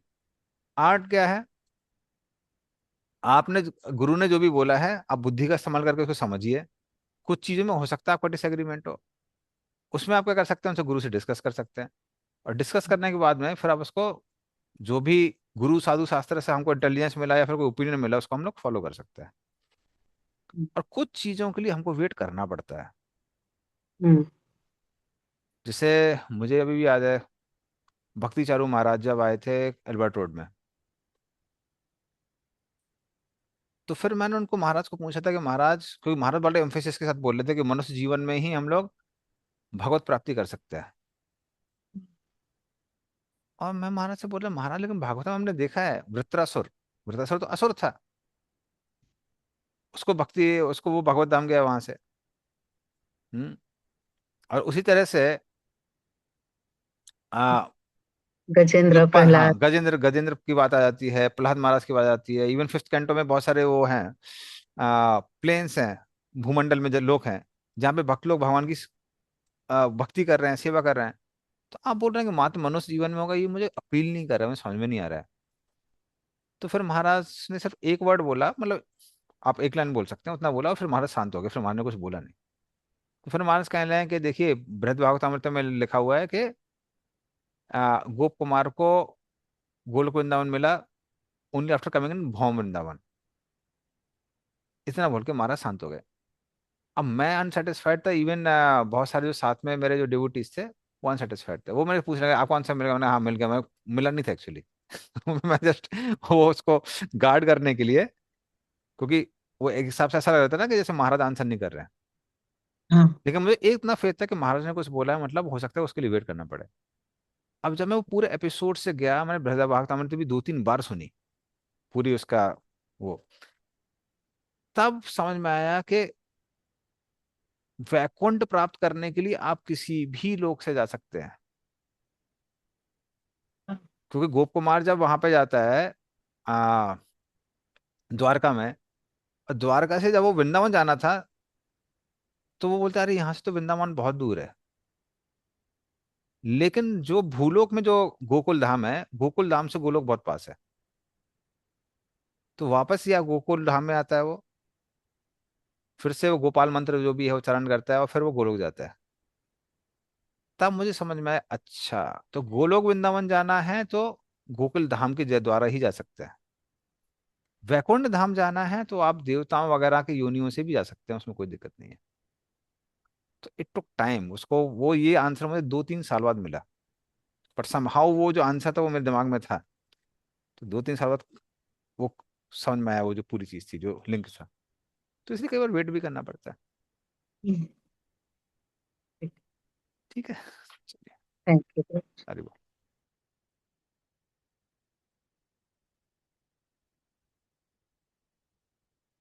ज्ञातो हम भवता अद्य दुर्विज्ञोऽपि देहिनां यन्मां त्वं मन्यसे युक्तं भूतेन्द्रिय गुणात्म भी।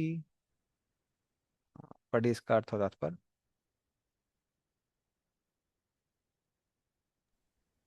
हरे कृष्णा, यद्यपि मैं बद्ध आत्मा द्वारा सरलता से गे नहीं हूँ, किंतु आज तुमने मुझे जान लिया है, क्योंकि तुम जानती हो कि मैं किसी भौतिक वस्तु से, विशेष रूप से 5 सूक्ष्म तत्वों से नहीं बना हूँ।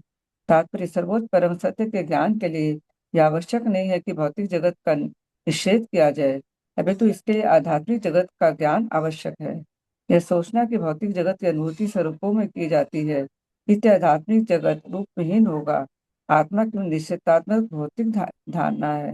असली आध्यात्मिक धारणा तो यह है कि आध्यात्मिक स्वरूप भौतिक स्वरूप नहीं है। ब्रह्मा ने भगवान के नित्य रूप को उसी तरह से प्रशंसा की और भगवान ने ब्रह्मा की आध्यात्मिक धारणा का अनुमोदन किया। भगवत गीता में भगवान ने कृष्ण के शरीर की उस भौतिक अवधारणा की निंदा की है, जो इस कारण से उत्पन्न होती है कि वे एक मनुष्य की भांति उपस्थित है। भगवान अपने निकालिक आध्यात्मिक रूपों में से किसी एक में प्रकट हो सकते हैं, किंतु वे न तो भौतिक वस्तु से बने होते हैं और न ही उनके शरीर तथा आत्मा में कोई अंतर होता है। भगवान के आध्यात्मिक स्वरूप के चिंतन की यही विधि है। हरे कृष्णा। ये बहुत इंपॉर्टेंट श्लोक है। यहाँ वो क्या बोल रहे हैं, भगवान बोल रहे हैं ज्ञातो हम भवताति अद्य। तो हालांकि ब्रह्मा मैं भौतिक बुद्धि से मुझे समझना असंभव है, दुर्विज्ञेयो बहुत मुश्किल है समझना, लेकिन हम्म, खासकर किसके लिए, अपि देही में नाम, किसी जिसने भी भौतिक देह प्राप्त किया उसके लिए बहुत मुश्किल है, क्योंकि उसके पास भौतिक बुद्धि होती है। लेकिन यन माम तो मन से अयुक्तम, लेकिन तुम मुझे समझ गए हो। क्यों समझ गए हो? क्योंकि अयुक्तम, तुम्हें पता है। क्या पता है? भूतेन्द्रिय गुणात्म भी, मैं इस संसार के 3 गुणों से निर्मित जो भी इंद्रिय हैं या शरीर है, मैं उनसे नहीं बना हूं। तो मेरा शरीर कैसा है, आध्यात्मिक, ये तुमको पता है, इसलिए तुम मुझे प्राप्त कर पाए हो। तो जो लोग सोचते हैं कि भगवान भौतिक गुणों के बने हैं, तो ये भगवान कई बार बोल चुके हैं। जो कई बार हमारे भक्त लोग कुछ कुछ वर्ष को पढ़ के भ्रमित हो जाते हैं, अरे ऐसा लग रहा है मायावाद जैसा। नहीं, ये चीज भगवान बहुत रिवर्बरेटली बहुत बार बोल चुके हैं, भगवत गीता में, भागवता में भी, कि जो लोग सोचते हैं कि भगवान का शरीर भौतिक चीजों का बना हुआ है, वो बड़े भ्रम में है। मोघ सा मोघ कर्माणो मोघ ज्ञान वितेस्ता आसनिम राक्षसीम चवा प्रकृति मोहिनीम सीता। तो उस श्लोक में बताते हैं विश्वनाथ चक्रवर्ती ठाकुर कि मोघ आशा, तो जो लोग देवी देवताओं की पूजा करने वाले हैं, नहीं, मोघ आशा, मोघ आशा भक्तों के लिए, भक्तों के लिए। और कोई भक्त है, वो भगवान को प्राप्त करने की आशा कर रहा है, भगवान कहते हैं वो मुझे प्राप्त नहीं कर पाएगा। अगर वो क्या सोच रहा है कि मेरा शरीर कैसा है, भौतिक है। मूंग कर्माणो, जो लोग देवी देवताओं की पूजा करते हैं, वो अगर सोचते हैं कि मेरा शरीर भौतिक है, तो वो क्या होगा, उनको स्वर्ग आदि प्राप्त नहीं होगा। मोह के ज्ञान ये किसके लिए? ज्ञानियों के लिए है, जो ब्रह्म को प्राप्त करना चाहते हैं। तो उनको जो ज्ञान का लक्ष्य है ब्रह्म, वो प्राप्त नहीं होगा अगर वो क्या सोच रहे हैं, उनको भगवान का शरीर कैसे भौतिक है। तो उल्टा क्या होगा? आसुरिम राक्षसीम आसुरिम चेवा, उनको राक्षसी और आसुरी योनियां मिलेंगी। प्रकृति मोहिनीता, प्रकृति उनको मोह लेगी। तो इसलिए कई बार जो लोग सोचते हैं ना, अरे ये भी हमारा बेटा है, ये भी गोपाल है, ये भी हमारी छोटी बेटी है, ये राधा है, लोगों को क्लैरिटी नहीं रहती है। लोगों को क्लैरिटी नहीं रहती है। कई बार हमको लगता है कि अरे भाई ये कितने बड़े भक्त हैं, ये भक्त नहीं है, वो उनको अपना लक्ष्य प्राप्त नहीं होगा। तो भगवान क्या है, कम से कम ये बेसिकली क्लियर होना चाहिए कि भगवान का जो शरीर है वो सच्चिदानंद का बना हुआ है, वो भौतिक पदार्थों का नहीं बना हुआ है। तो उसको, उस पे भगवान यहाँ पे एम्फेसाइज कर रहे हैं कि तुम मुझे समझ पा रहे हो। क्यों समझ पा रहे हो? क्योंकि तुमको पता है कि मेरा शरीर कैसा है, आध्यात्मिक है, भौतिक गुणों का नहीं बना हुआ है। सो बहुत इंपॉर्टेंट चीज है। इसलिए महाप्रभु बोलते थे ना, मायावाद भाष सुन ले हो सर्वनाश। जो मायावाद का भाष सुनेगा उसका सर्वनाश हो जाएगा, यही मेन कारण है।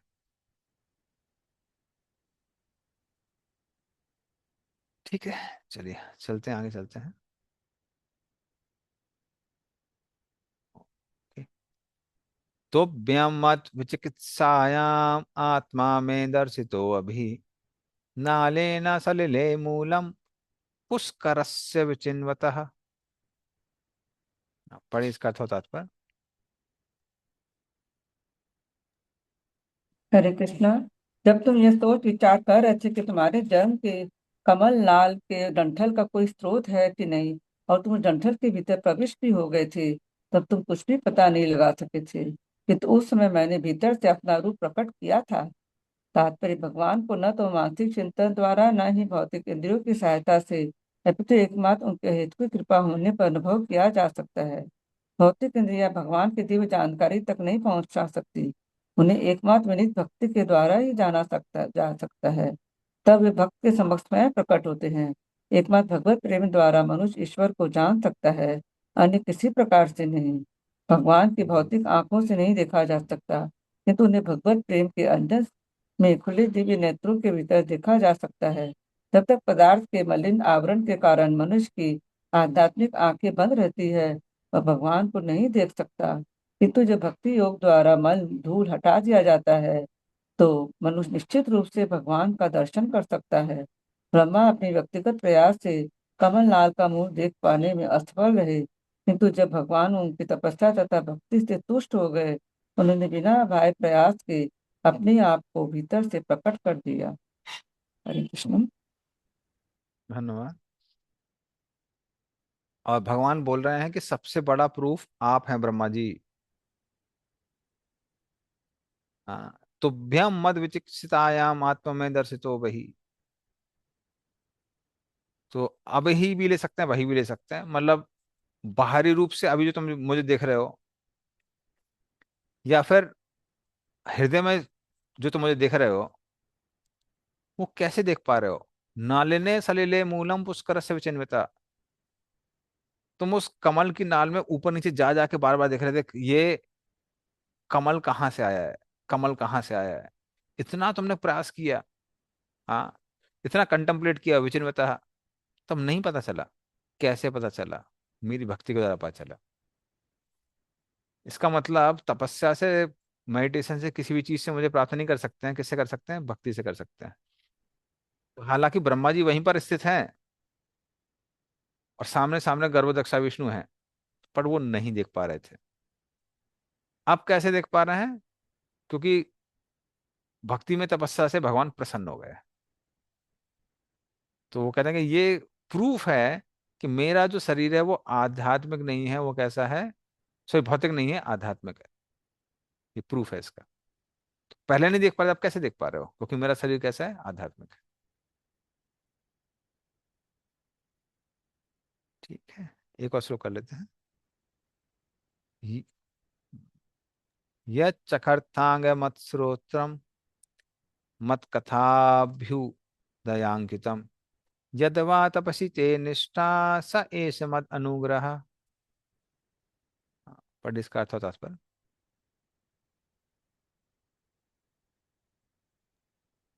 हे ब्रह्मा, तुमने मेरे दिव्य कार्यों की महिमा की प्रशंसा करते हुए जो स्तुतियां की है, मुझे समझने के लिए तुमने जो तपस्याएं की है, तथा मुझ में तुम्हारी जो दृढ़ आस्था है, इन सबों को तुम मेरी अहेतुक की कृपा ही समझो। तात्पर्य, जब कोई जीव दिव्य प्रेम भक्ति में भगवान की सेवा करना चाहता है, तो भगवान जैसे गुरु अथवा अंतःकरण के गुरु के रूप में भक्त की अनेक प्रकार से सहायता करते हैं। इस तरह भौतिक अनुगमन से परे अनेक अद्भुत कार्य कर सकता है। भगवान की कृपा से एक साधारण व्यक्ति तक सर्वोच्च आध्यात्मिक सिद्धि की स्तुतियों की रचना कर सकता है। ऐसी आध्यात्मिक सिद्धि भौतिक योग्यताओं द्वारा प्रतिबिंबित नहीं होती, अपितु दिव्य सेवा करने के निष्ठामय प्रयास के फलस्वरूप विकसित होती है। आध्यात्मिक सिद्धि के लिए स्वैच्छिक प्रयास एकमात्र योग्यता है। धन या विद्या की भौतिक उपलब्धियां विचारणीय नहीं होती। हरे कृष्ण। धन्यवाद। तो यहाँ वो क्या बोल रहे हैं, यहाँ भगवान ब्रह्मा जी से कह रहे हैं, यह चकार्थ अंग, अंग मतलब प्यार से बोल रहे हैं अंग। हाँ, हे ब्रह्मा मेरे प्रिय, यह चकार्थ, जो भी तुमने अभी किया है, क्या क्या किया है, मत श्रोतना, मुझे प्रार्थना की है, मत कथा, शब्दों द्वारा मेरी स्तुति की है, अभ्यांतिकम, मेरे गुणों का व्याख्यान किया है,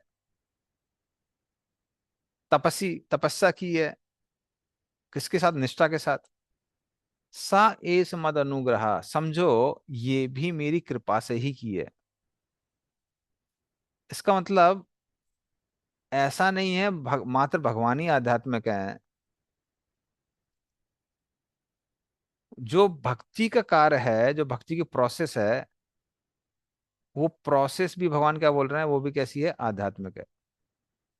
so that is also spiritual in nature. तो वो भी तीन गुणों से निर्मित नहीं है। तो भगवान की कृपा से ही व्यक्ति ये सारी चीजें कर पाता है, अन्यथा नहीं कर पाता है।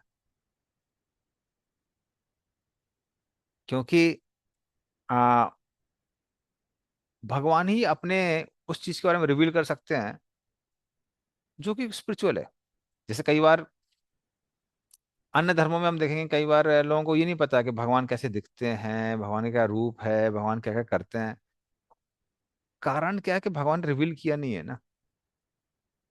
जब तक भगवान रिवील नहीं करेंगे आप कैसे पता कर सकते हैं। तो जब भगवान रिवील करते हैं तभी समझ सकते हैं, नहीं तो नहीं समझ सकते हैं। भगवान कहते हैं ये सब मेरी कृपा के कारण हुआ है कि तुम ये सारे कार्य कर रहे हो। जिससे प्रूफ होता है सिर्फ भगवान आध्यात्मिक नहीं है, भक्ति भी आध्यात्मिक है, दैट इज ऑल्सो स्पिरिचुअल। और बाकी सारी प्रोसेसेस प्रभु जी, वो भी आध्यात्मिक है। बाकी सारी प्रोसेस मतलब एग्जाम्पल।